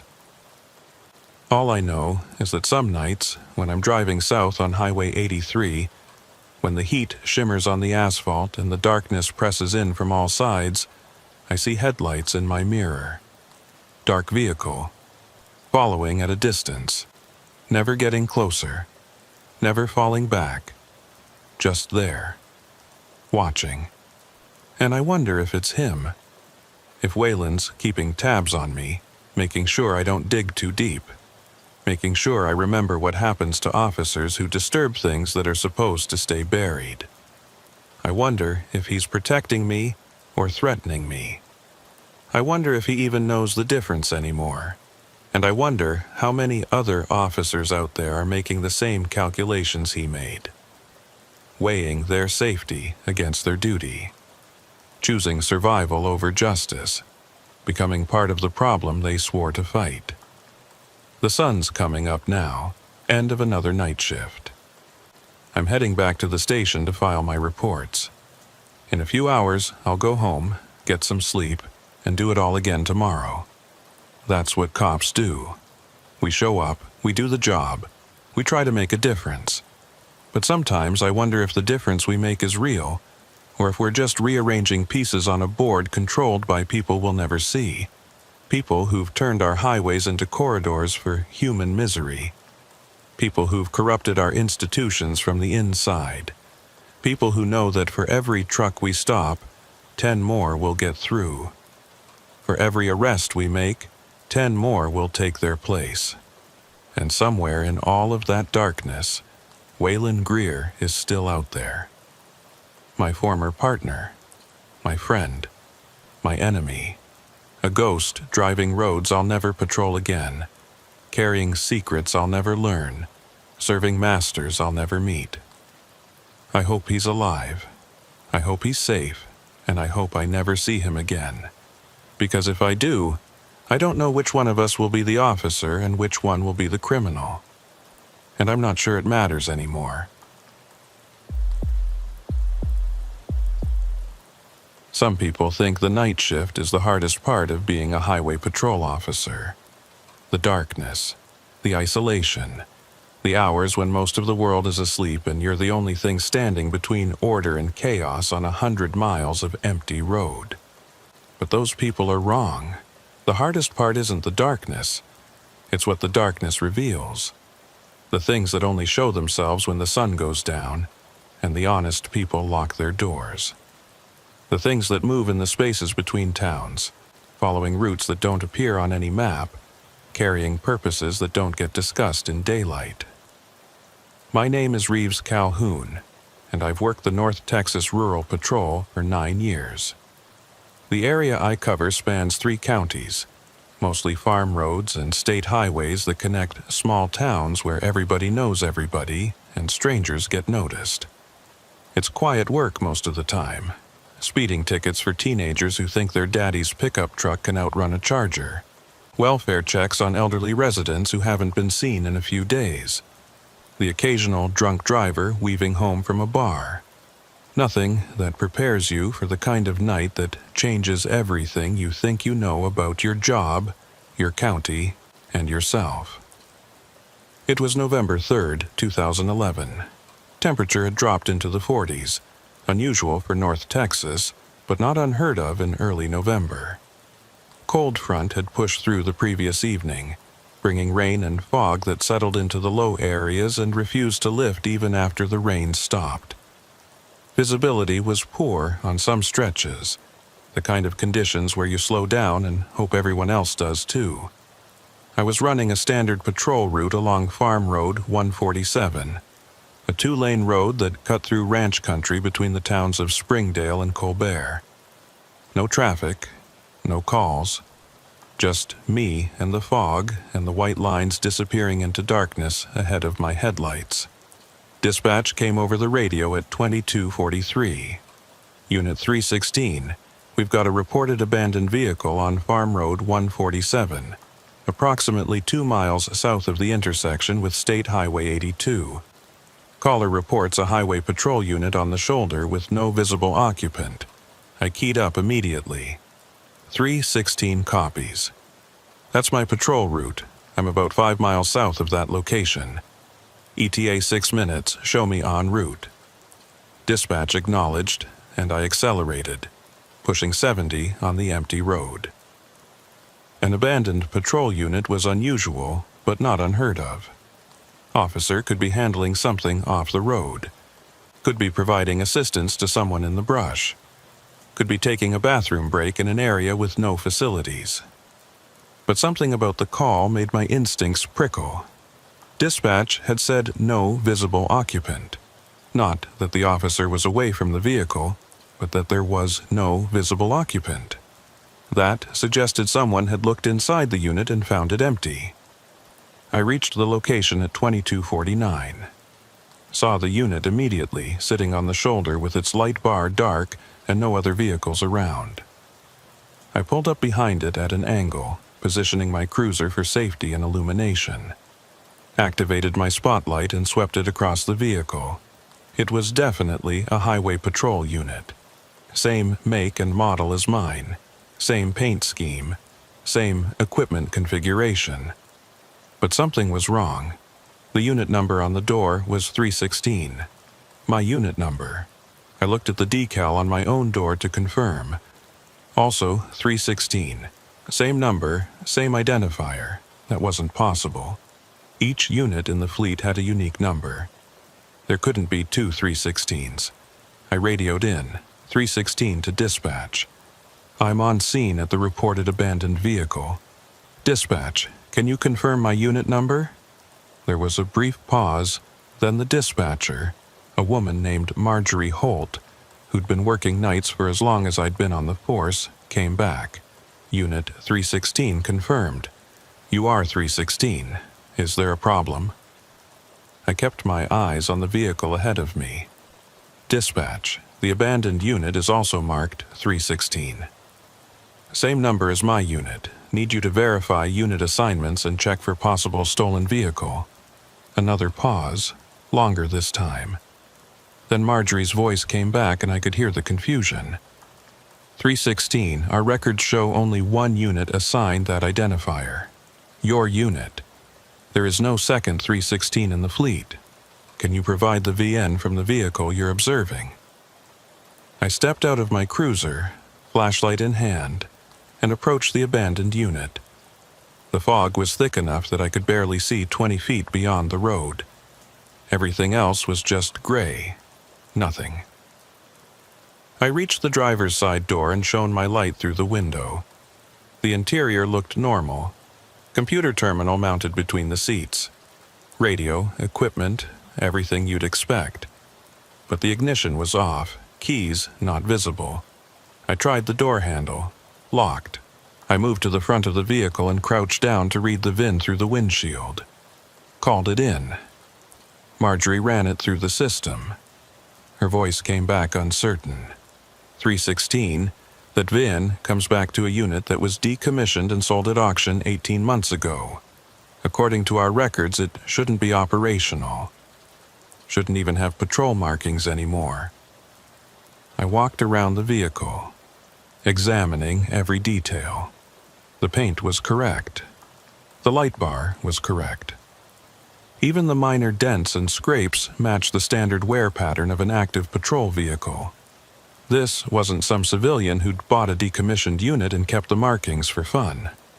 This was a functional, accurate replica of a current patrol unit. Or it was something else, something I didn't want to think about yet. I checked the rear compartment, locked, checked the fuel cap, secured. The vehicle showed no signs of damage, no evidence of a crash or mechanical failure. It was just sitting there on the shoulder as if someone had pulled over, shut it down, and walked away. Marjorie came back on the radio. 316, I've contacted Sergeant Kramer. He's en route to your location. ETA 20 minutes. He wants you to secure the scene and await his arrival before proceeding further. I acknowledged and returned to my cruiser, pulled out road flares and set up a safety perimeter around the abandoned unit. Standard protocol. Then I sat in my vehicle and tried to make sense of what I was looking at. A patrol unit that shouldn't exist, bearing a number that was already assigned to me, sitting abandoned on a road I patrolled regularly. The coincidences were too specific to be random. This felt deliberate, planned. Like someone wanted me to find it, like someone wanted me to ask questions. While I waited for Sergeant Eldon Kramer to arrive, I did something I probably shouldn't have done. I got out and looked inside the abandoned unit more carefully, using my flashlight to examine details I'd missed on the first pass. That's when I saw it. Sitting on the passenger seat, clearly visible now that I was looking at the right angle, was a manila folder. Standard department issue, the kind we used for case files and reports. I couldn't open the locked door, but I could see through the window. Could see that the folder had writing on the tab. A name. My name. Reeves Calhoun. My hand went instinctively to my sidearm, though I didn't draw it. There was no threat here, no visible danger, just a folder with my name on it, sitting inside an impossible vehicle on an empty road in the fog. Headlights appeared in my mirror. Sergeant Kramer's unit, approaching from the north. He pulled up behind my cruiser and stepped out. A tall man in his 50s with the kind of weathered competence that came from 30 years on the job. He walked up to my window and I rolled it down. Reeves, Marjorie briefed me on the situation. Show me what we've got. We walked to the abandoned unit together. I explained everything I'd observed. The matching unit number, the decommissioned VIN, the locked doors, the folder on the passenger seat. Sergeant Kramer listened without interruption, his expression unreadable. When I finished, he circled the vehicle slowly, examining it with his flashlight the same way I had. Then he came back to where I was standing. "This doesn't make sense," he said quietly. "Even if someone bought a decommissioned unit and restored it, they couldn't get current department markings. Those are proprietary. We control the specifications, and they damn sure couldn't replicate your specific unit number. That's internal database information, not public record." I nodded, and there's a folder inside with my name on it. He looked at me sharply. "What?" I pointed through the window. "Passenger seat, manila folder. Tab is marked with my name." Sergeant Kramer moved to the passenger side and looked for himself. Stood there for a long moment, not saying anything. Then he pulled his radio. "This is Sergeant Kramer.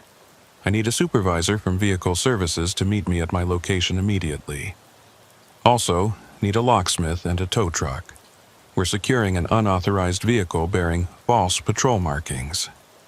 Priority response." While we waited for the additional units to arrive, Sergeant Kramer and I stood between our vehicles, talking in low voices. "You have any idea what this might be about? Any cases you've worked that might have generated this kind of attention?" I shook my head. Nothing unusual. Standard patrol work. A few DUI arrests, some drug interdictions at traffic stops, nothing that would justify someone going to this much trouble. He frowned. What about threats? Anyone made comments about you? Anyone seemed overly interested in your patrol schedule or your routes? I thought about it. Small towns. Everybody knew everybody. People knew I worked nights, knew I patrolled these roads. But that was just community familiarity.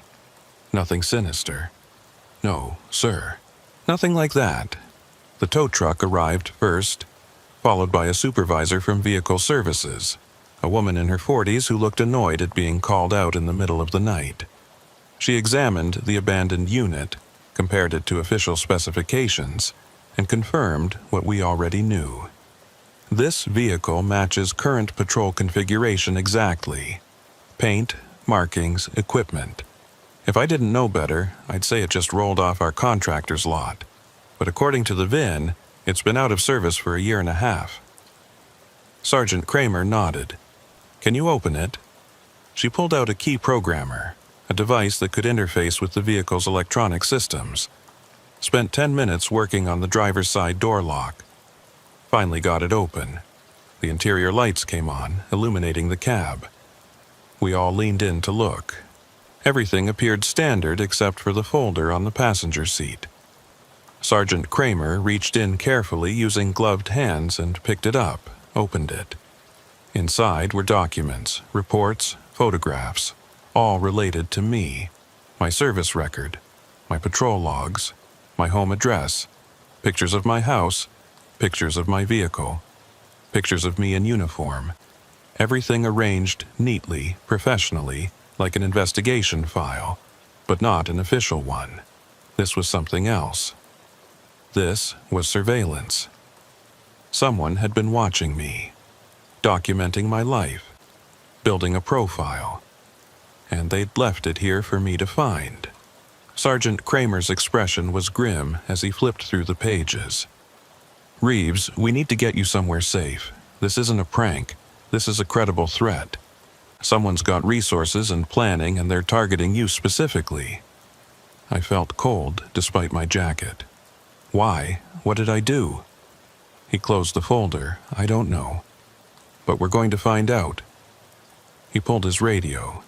This is Sergeant Kramer. I need Sheriff's Department involvement.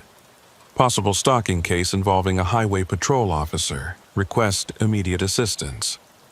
While he coordinated with other agencies, I stood there in the fog, looking at that impossible vehicle, and tried to understand what was happening. Someone had gone to enormous trouble and expense to create this scene, to put this vehicle here on my patrol route on this specific night, to make sure I found that folder. This wasn't random. This was a message. But what message? What were they trying to tell me? The Vehicle Services supervisor was examining the vehicle's computer terminal, trying to access its logs. After a few minutes, she called us over. Sergeant, you need to see this. The terminal was active, showing the vehicle's patrol log. But the dates were wrong. The entries showed patrols that hadn't happened yet. Routes I hadn't driven. Incidents I hadn't responded to. It was like looking at a schedule for the future. November 4th. November 5th. November 6th. Each day showing specific patrol routes, specific times, specific locations, and at the bottom of each day's log was a note. No activity. No activity. No activity. Except for the last entry. November 7th. That one just said Final Patrol. Sergeant Kramer photographed the screen with his phone. What the hell does that mean, Final Patrol? The supervisor shook her head. I don't know. But this terminal isn't connected to our network. It's running on local storage. Someone programmed this information manually, created a fake patrol schedule for a vehicle that doesn't officially exist. Sergeant Kramer looked at me. November 7th is 4 days from now. Whatever this is, whatever they're planning, they've given us a timeline. We need to figure out what they want before we hit that date. Sheriff's Department arrived. 2 deputies and an investigator. They documented the scene, photographed everything, collected the folder as evidence. The abandoned unit was loaded onto the tow truck and taken to a secure impound facility for forensic examination. Sergeant Kramer told me to go home. Get some rest. Report to headquarters in the morning for a full briefing. But as I drove back toward my house, I couldn't shake the feeling that going home was exactly what they wanted me to do. That I was following a script someone else had written. That every move I made was anticipated, expected, planned for. I live alone in a small house on the outskirts of Colbert. Bought it when I transferred to this district 5 years ago. Quiet neighborhood. Good people. No reason to feel unsafe. But as I pulled into my driveway that night, I noticed something I'd never paid attention to before. My house sat at the end of a dead-end street. Only one way in or out. Trees on 3 sides providing cover. If someone wanted to watch me without being seen, this would be the perfect location. I sat in my driveway for a long time, engine running, looking at my dark house, wondering if someone was inside, wondering if they were watching me right now from the trees, wondering what they wanted. Finally, I killed the engine and got out. Approached my front door with my hand on my weapon. The door was locked. No signs of forced entry. I unlocked it and stepped inside, hitting the lights. Everything looked normal. Furniture where it should be, TV, bookcases, kitchen clean. No obvious disturbance. I cleared every room anyway, closets, bathrooms, checked windows, checked locks, found nothing. But as I walked through my own house, I felt like an intruder, like I was trespassing in a space that had been compromised, that someone else had been here, had touched my things, had walked through these rooms while I was at work. I couldn't prove it, couldn't point to any specific evidence. But I knew. I didn't sleep that night. Just sat in my living room with my service weapon on the coffee table and the lights on, watching the windows. Waiting for something to happen. Waiting for someone to show themselves. But nothing happened. The hours passed slowly. 3 a.m., 4 a.m., 5 a.m. The sun finally came up and I felt marginally safer in the daylight. At 0700, I received a call from Sergeant Kramer. Get to headquarters. We've got a development. I drove to the district headquarters building, a 2-story structure in the county seat that housed patrol operations and administrative offices. Sergeant Kramer met me in the parking lot and walked me to a conference room where 3 other people were waiting. He introduced them. Sheriff Eldon Kramer. No relation to the sergeant, but sharing the same last name, which was common in this county. An FBI agent named Reeves from the Dallas field office, which I noted was also my first name. Another coincidence that didn't feel coincidental. And a computer forensics specialist from the state police. They'd been working through the night analyzing the abandoned vehicle and its contents. The forensics specialist started the briefing. The vehicle itself is legitimate. It's the actual decommissioned unit from your fleet. Someone purchased it at auction, completely restored it, and modified it to current specifications. That's not illegal by itself. Lots of collectors do that. But the department markings are illegal, and the computer terminal was modified with custom software. She pulled up images on a laptop. The software on that terminal is sophisticated. It's not something you download or buy commercially. This was custom-coded by someone with significant technical expertise, and it's designed to do one thing: track your actual patrol unit in real time. We pulled the GPS logs. This vehicle was parked at that location for 3 days before you found it.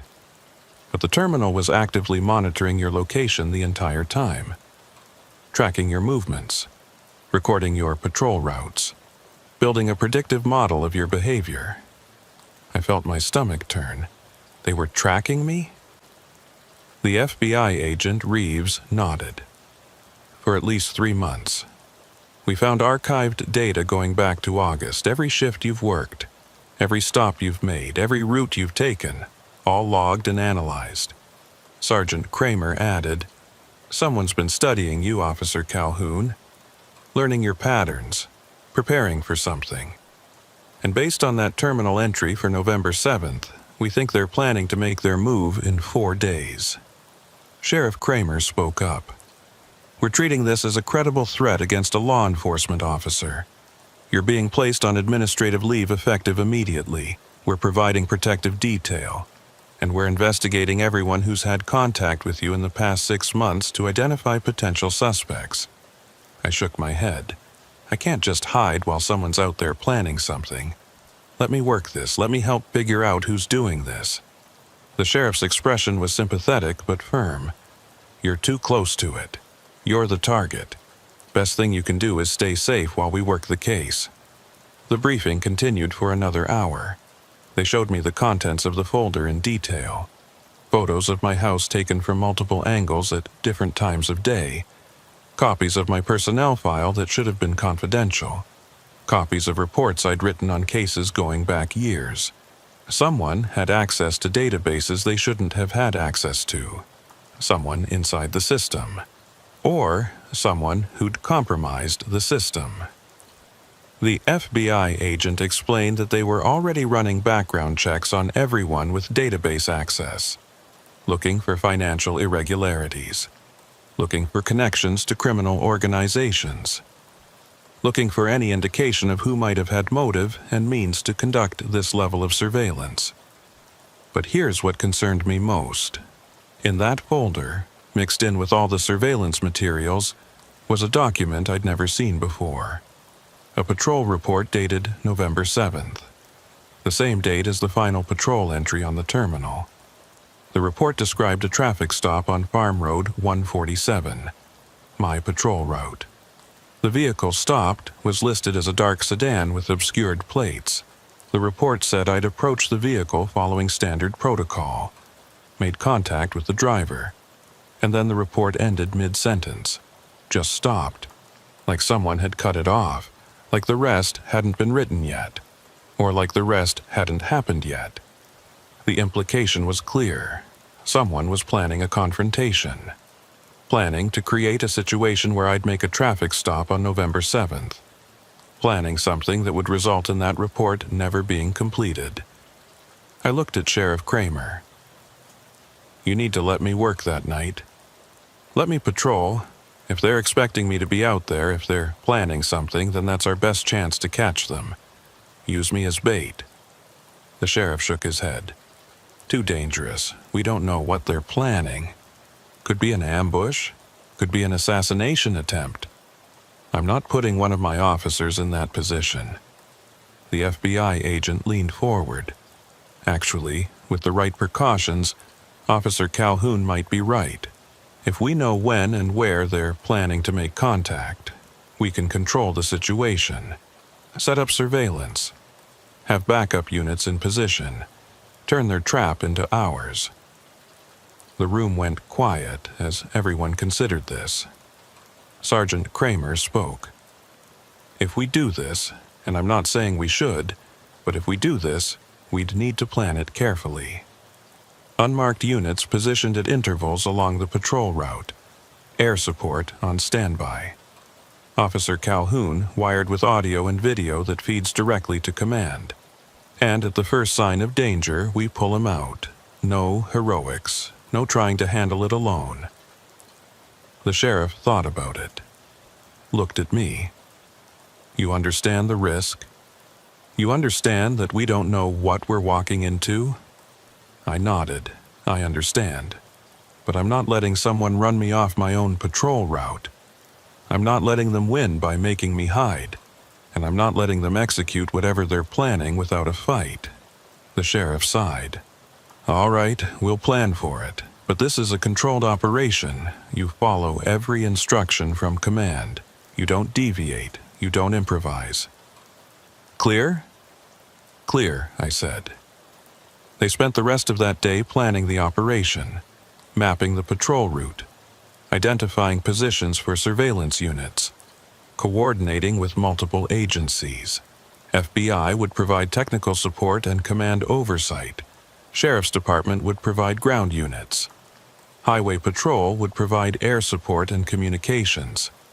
It was the most elaborate operation I'd ever been part of, all centered on a 4-hour patrol shift 4 days away. While they planned, I was sent to a hotel under protective detail. Different location every night to prevent anyone from tracking me. I wasn't allowed to go home. Wasn't allowed to contact anyone outside the operation. Was effectively in isolation until November 7th. The 3 days passed slowly.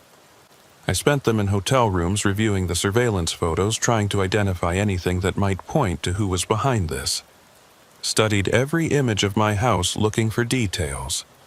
Studied every document in that folder looking for patterns, but found nothing. Whoever had compiled this information was careful, professional. They'd left no obvious clues, no fingerprints, no DNA, no digital trail. The vehicle had been wiped clean. The folder showed no trace evidence. It was like fighting a ghost. On the evening of November 6th, the night before the planned operation, I was moved to a staging area at the Sheriff's Department. Final briefing at 2000 hours. The conference room was full. FBI agents, sheriff's deputies, highway patrol supervisors, everyone involved in the operation. The FBI agent walked us through the plan one more time. Officer Calhoun begins his patrol at 2200. Follows his normal route along Farm Road 147. Will have unmarked units positioned at mile markers 2, 7, and 12. Air support will maintain altitude out of visual range but ready for immediate deployment. Calhoun will be wearing a wire that transmits audio and video to our command post. If he encounters the dark sedan mentioned in the incomplete report, he proceeds with a standard traffic stop, but maintains heightened awareness. At any sign of threat, he calls for backup and we move in. Everyone clear? Heads nodded around the room. Sergeant Kramer looked at me. "How are you feeling?" I considered the question. Nervous, focused, ready to end this. He nodded. "Good. Remember, this isn't about being a hero. This is about gathering intelligence and making an arrest. Don't take unnecessary risks."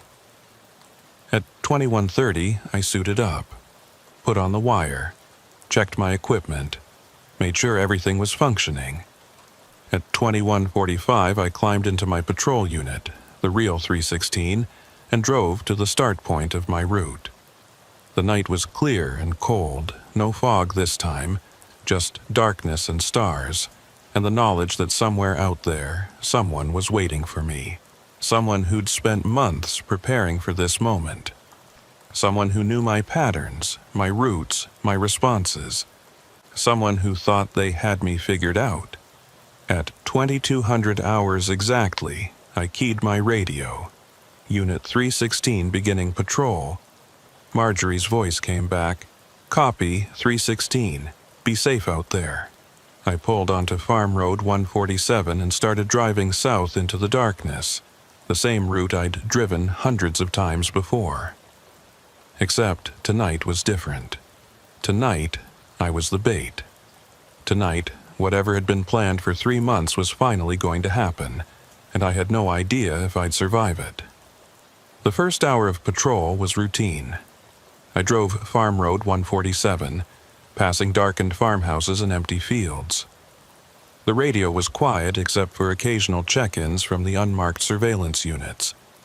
Everything normal, everything according to plan. But the tension never eased. Every vehicle made my pulse spike. Every shadow made my hand drift toward my weapon. At 2342, I saw headlights behind me. A single vehicle, dark sedan. It stayed exactly 3 car lengths back, matching my speed. I keyed my radio. 316 to command. I have a vehicle following my position. Dark sedan, unable to confirm plates. The FBI agent's voice came back. Copy 316. We see it on thermal. Do not initiate contact. Let them make the first move. The sedan followed me for 3 miles. Then it accelerated, pulled alongside, and passed me. I got a brief look at the driver. Male, pale face, dark clothing, no expression. The sedan pulled in front and began to decelerate, forcing me to slow down. 316, subject vehicle is forcing a stop. The response came fast. Do not stop. We're moving units to your location now. But the sedan kept slowing until it stopped completely in the middle of the road. Hazard lights came on. I stopped 20 feet behind it. The driver's door opened. The figure stepped out and started walking back toward my unit. Slow, deliberate, hands visible. But something about the way he moved made every instinct scream danger. 316, subject is approaching on foot. Where are my backup units? 2 minutes out. Stay in your vehicle. Do not engage. But the figure kept coming. Stopped in the glare of my headlights. And that's when I saw his face clearly. It was me. The same face I saw in the mirror every morning. Same features. Same build. Same everything. My breath caught. This wasn't possible. The figure raised one hand, pointed at me, then pointed at the sedan. A clear gesture. Get out. Come here. I keyed my radio with shaking hands. Command, the subject looks like me. He's identical. Before anyone could respond, the figure walked back to the sedan, got in. The vehicle pulled forward 50 feet and stopped. Waiting. Backup units arrived. Agents and deputies emerged, weapons drawn, surrounding the sedan. They called for the driver to show his hands. No response. They opened the door and found nothing.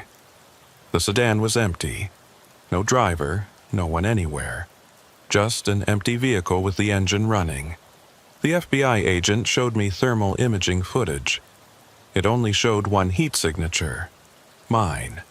The sedan registered as empty. But I saw him, I insisted. He walked right up to my unit. The agent's expression was troubled. Officer Calhoun, the thermal imaging doesn't lie. If there was a person, we would have seen them. They searched the sedan, found another manila folder with my name on it. But these were medical records. Psychological evaluations dated in the future. December, January, February. All describing acute stress disorder, paranoid ideation. Recommendation for psychiatric hold. Documents that didn't exist yet, but were dated as if they did. Officer Calhoun, have you been experiencing unusual stress? Any symptoms suggesting difficulty processing your situation? I shook my head. I'm fine. I saw what I saw. He nodded slowly, but I could see he didn't believe me. They thought I was losing it. Thought the stress had pushed me over an edge. They called off the operation. Sent me home with mandatory 3-day leave. Told me to see the department psychologist. But I couldn't rest. Couldn't stop seeing my own face staring back at me from the darkness. At 0300, my phone rang. Static on the line. Then a voice. My voice. Officer Calhoun, you need to check your patrol logs. Check November 7th. The line went dead. I pulled up my patrol logs. Found November 7th. The entry was complete now. It described the traffic stop. Described me making contact with the driver. Described me seeing my own face. Described me drawing my weapon and firing. 3 shots. Described backup arriving to find me standing over a body. My body. Identical in every way. Dead on the pavement. The report ended with, Officer Reeves Calhoun placed on administrative leave pending investigation of officer-involved shooting. Subject identity remains unconfirmed.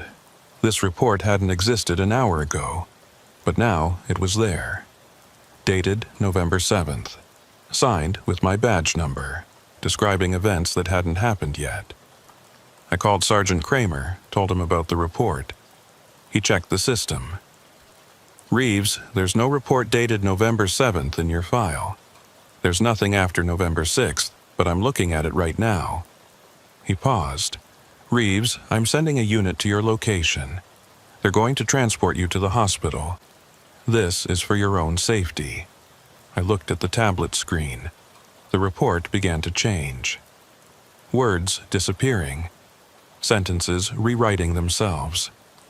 The date changed. November 7th became November 8th, then November 9th. Moving forward through time, now describing a welfare check. Officers responding to my address. Finding my house empty. Finding my service weapon on the seat. Finding a note. Confirming that Officer Reeves Calhoun was missing. Status unknown. I heard sirens outside, the unit coming to take me away. The report settled on a final version. December 15th. It described the discovery of Unit 316 abandoned on Farm Road 147. Officer Reeves Calhoun remained missing. No leads. Case status unsolved. 2 deputies stood on my porch. Officer Calhoun, we're here to give you a ride to the hospital, just for an evaluation. I showed them my tablet. The report, sir, this screen is blank, there's nothing here. I looked, he was right. The report was gone, no evidence, no proof. They checked me into the psychiatric unit. Voluntary admission, though I didn't have much choice. They gave me medication. Told me the evaluation would take a few days. I've been here for 2 days now. They keep trying to get me to admit I imagined everything. Last night, Marjorie Holt visited. She whispered, Reeves, that night you found the abandoned unit, I checked dispatch logs. I found calls from Unit 316 made on dates when you weren't on duty. From locations you'd never been. I reported it. 2 hours later, those calls were erased. I was told it was a database error, told to leave it alone. She looked at me with frightened eyes. You're not crazy. Something is happening that no one wants to acknowledge. That report you saw, dated December 15th. I saw it too, just for a second before it disappeared. And Reeves, December 15th is today. I checked my phone. December 15th. 2011. I'd lost 4 weeks. 4 weeks I had no memory of. I walked to the window, looked out at the parking lot, and there it was, Unit 316, sitting in the lot with its engine running, waiting, empty. I pressed my face against the glass and saw my own reflection, except the reflection wasn't moving when I moved, just standing there on the other side, watching me, waiting for me. I don't know if I walk out of this hospital or if I disappear like those reports predicted. All I know is that somewhere on Farm Road 147, something is waiting. Something that looks like me. Something that's been preparing to take my place. And when it does, no one will notice. They'll just see Officer Reeves Calhoun doing his job, and the real me will be gone. Another unsolved disappearance on a dark rural road. The unit's still out there. Engine running, waiting. And I think tonight I'm going to walk out of this hospital. I think I'm going to get in that unit. I think I'm going to drive back to Farm Road 147. Because that's what the reports say I do. Maybe I'll finally understand what this has been about. Or maybe I'll just disappear. Either way, by morning, Unit 316 will be found abandoned. Doors locked, engine off, no occupant, and no one will ever know what really happened to Officer Reeves Calhoun. No one except whatever's waiting in the darkness. Whatever's been wearing my face. The sun's setting now. My shift starts in 4 hours. Time to go.